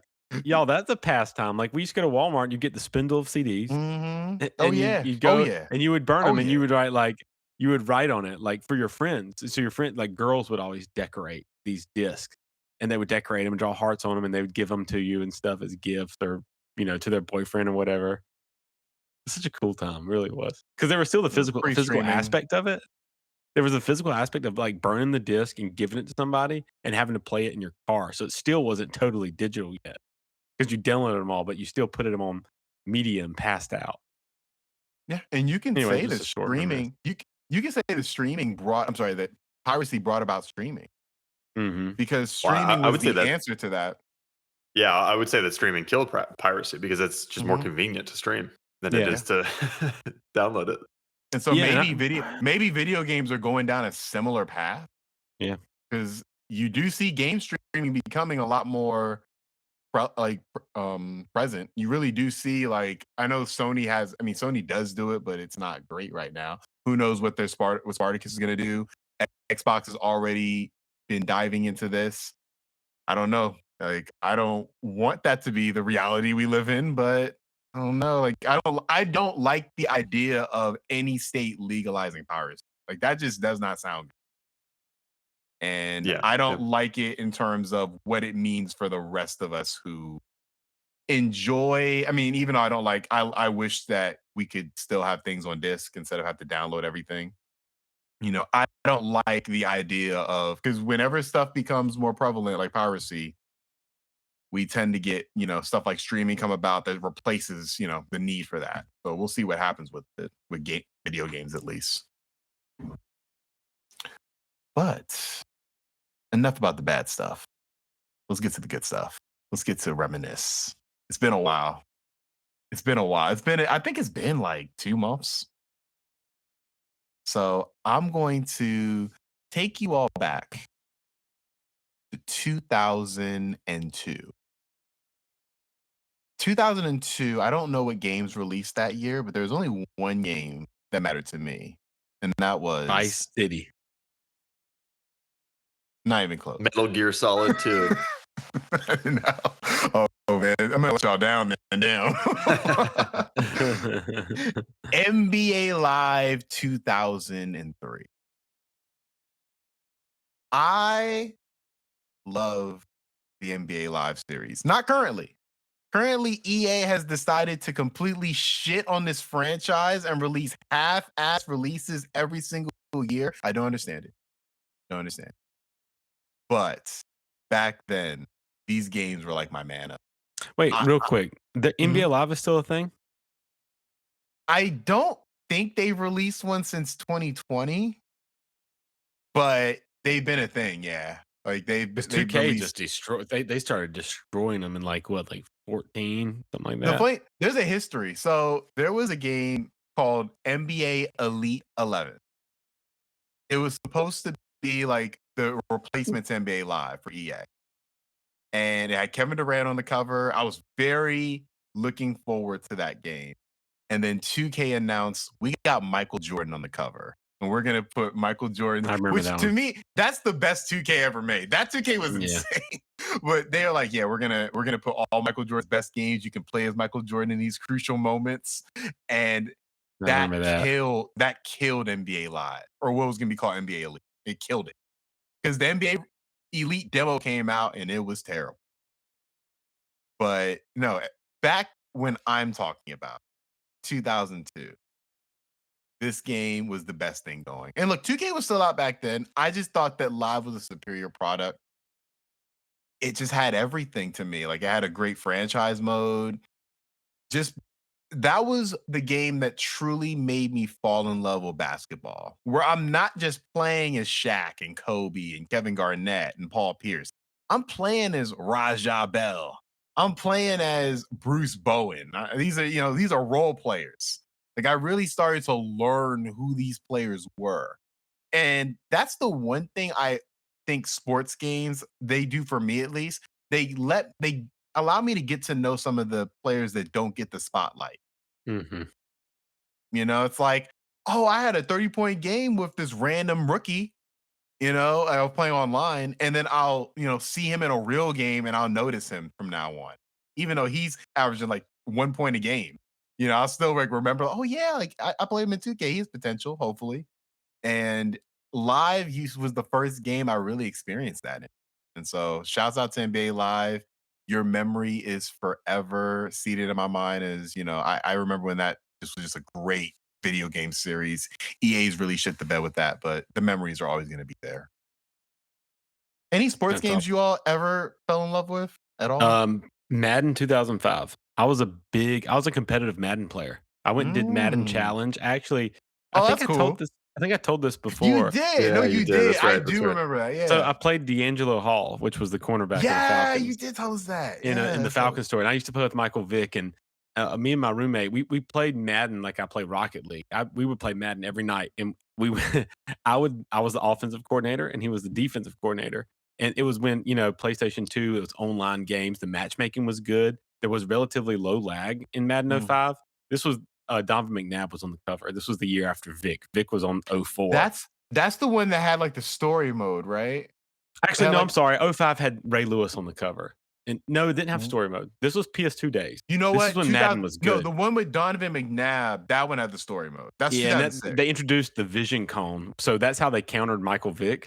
So like when you drop back with Vic, he had this little bitty sliver of a cone. Like Peyton Manning had the whole field open, and you could throw accurate passes over the field. But Michael Vick had this little tiny sliver of a cone, and you had to rotate it around. So that's how they counteracted his speed.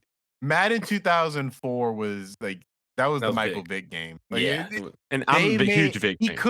He couldn't lose. Like he was unbelievable. When anybody played with him, I'm like, really? Like, I mean, I would roll out, and the corner of the linebacker would be matched up with my my running back rolling out, and if he would drop down and go after Vic, you just lob it over his head. It's like touchdown with this running back. Or if he stays, then you're getting a 40-yard play with Vic. But I was big into that game, and I would be offensive coordinator. My roommate would be defensive coordinator, and we won like 85% of our games. It was incredible. Oh, that's so that great. Game. Ben, But Madden used to be good. Do you remember how big it used to be, guys? Like when a Madden released, it was as big as Call of Duty. It's still huge. It's not like it was though. At that one time, it was like zeitgeist every release. Yeah, you're right. Well, quality went down. Quality went down. Did. Like it did. Yeah, it's Absolutely. not the same anymore. Mm-mm. Ben, any sports games you? Yeah, I remember how big Madden was, and Madden 07 is really the only sports game that I really got into. I had it on PC, and I played it quite a bit. I think I still have it. I have it on my shelf next. Oh, maybe it's who's back on there. the cover? Do you know? No, I don't. I can't remember. Vince Young? I can't remember. Maybe. Vince Young? No, I think he was 08. I know Brett Favre was 9 because 9 had the rewind, which was the end of Madden, in my opinion. Yeah. I had a lot of experience with racing games aside from that, though, but that's kind of a different F1 angle. Need for Speed Underground? A little bit F1, but yeah, the Need for Speed games were mostly Underground was great. God. Yeah, or Underground 2. And Hot Pursuit too. One that I played a ton of. Yeah. Carbon was mine on PSP. I put so many hours in that game. And then obviously, I mean, last year, Forza, that might be the best sports game I've ever played. Like on just a pound for pound basis, like that game was incredible too. I do have to give a shout out, guys, because I am the Duke of Rocket League, and I do think that's a sports game, even though it's not an official sport. Yeah. But it is competitive. One of the best racing games ever. Have y'all ever played Excite Bike 64? No, I never did. God, it was unbelievable. Nintendo 64. I'm an idiot. Have y'all ever played Mario 64? Hence the 64. I don't know why I thought that was a year. I don't know what happened there, but yeah. Excite Bike. I think I've heard of that. There was one on NES, and they remade it for this N64 as a motocross game. And it was the only motocross game that had like great physics, and it was just, man, the racing was so good. It was incredible. But anyway. Well, that has been a great reminiscence. Before we go, Ben, shouts out to your corner. I've never seen the little box in your corner with is those rugs or yoga mat? Yeah, it is a yoga mat. Is that new? Has that been there? Shout out to the box. Shout out to the box. It looks so picturesque right now. I'm sorry. It looks does, man. That room is well decorated. Right. Oh man. Well, you already know what a nice room there. That's awesome. what a nice room. What a nice room. Shout out to the Because I remember when you first had it, it was definitely you're still putting things together. It's definitely turned out. It's come super together a nice, bit for sure. It is. I think mine's gotten progressively worse, but mine's in its worst stage because I'm in the process of like renovating my house. But yeah, in the end game now, just like this podcast, I want to thank everybody for listening and watching the Dukes of Gaming podcast. Again, you can listen to us on your favorite podcast service. Watch us on YouTube. Watch us live on Twitch if you want to leave a like, if you want to leave a comment for us to read live on air, come support us there. Leave a like, a review, a comment, anything to help support the show. You can even email us at therealdukesofgaming@gmail.com. Have your question read live on air. We'll be coming at you more next week with some hot takes. Hit the bell as well to get notifications on when we release our latest videos to YouTube. And we post everywhere, every week. So make sure you start your week right with the Dukes of Gaming. I bid all thee farewell.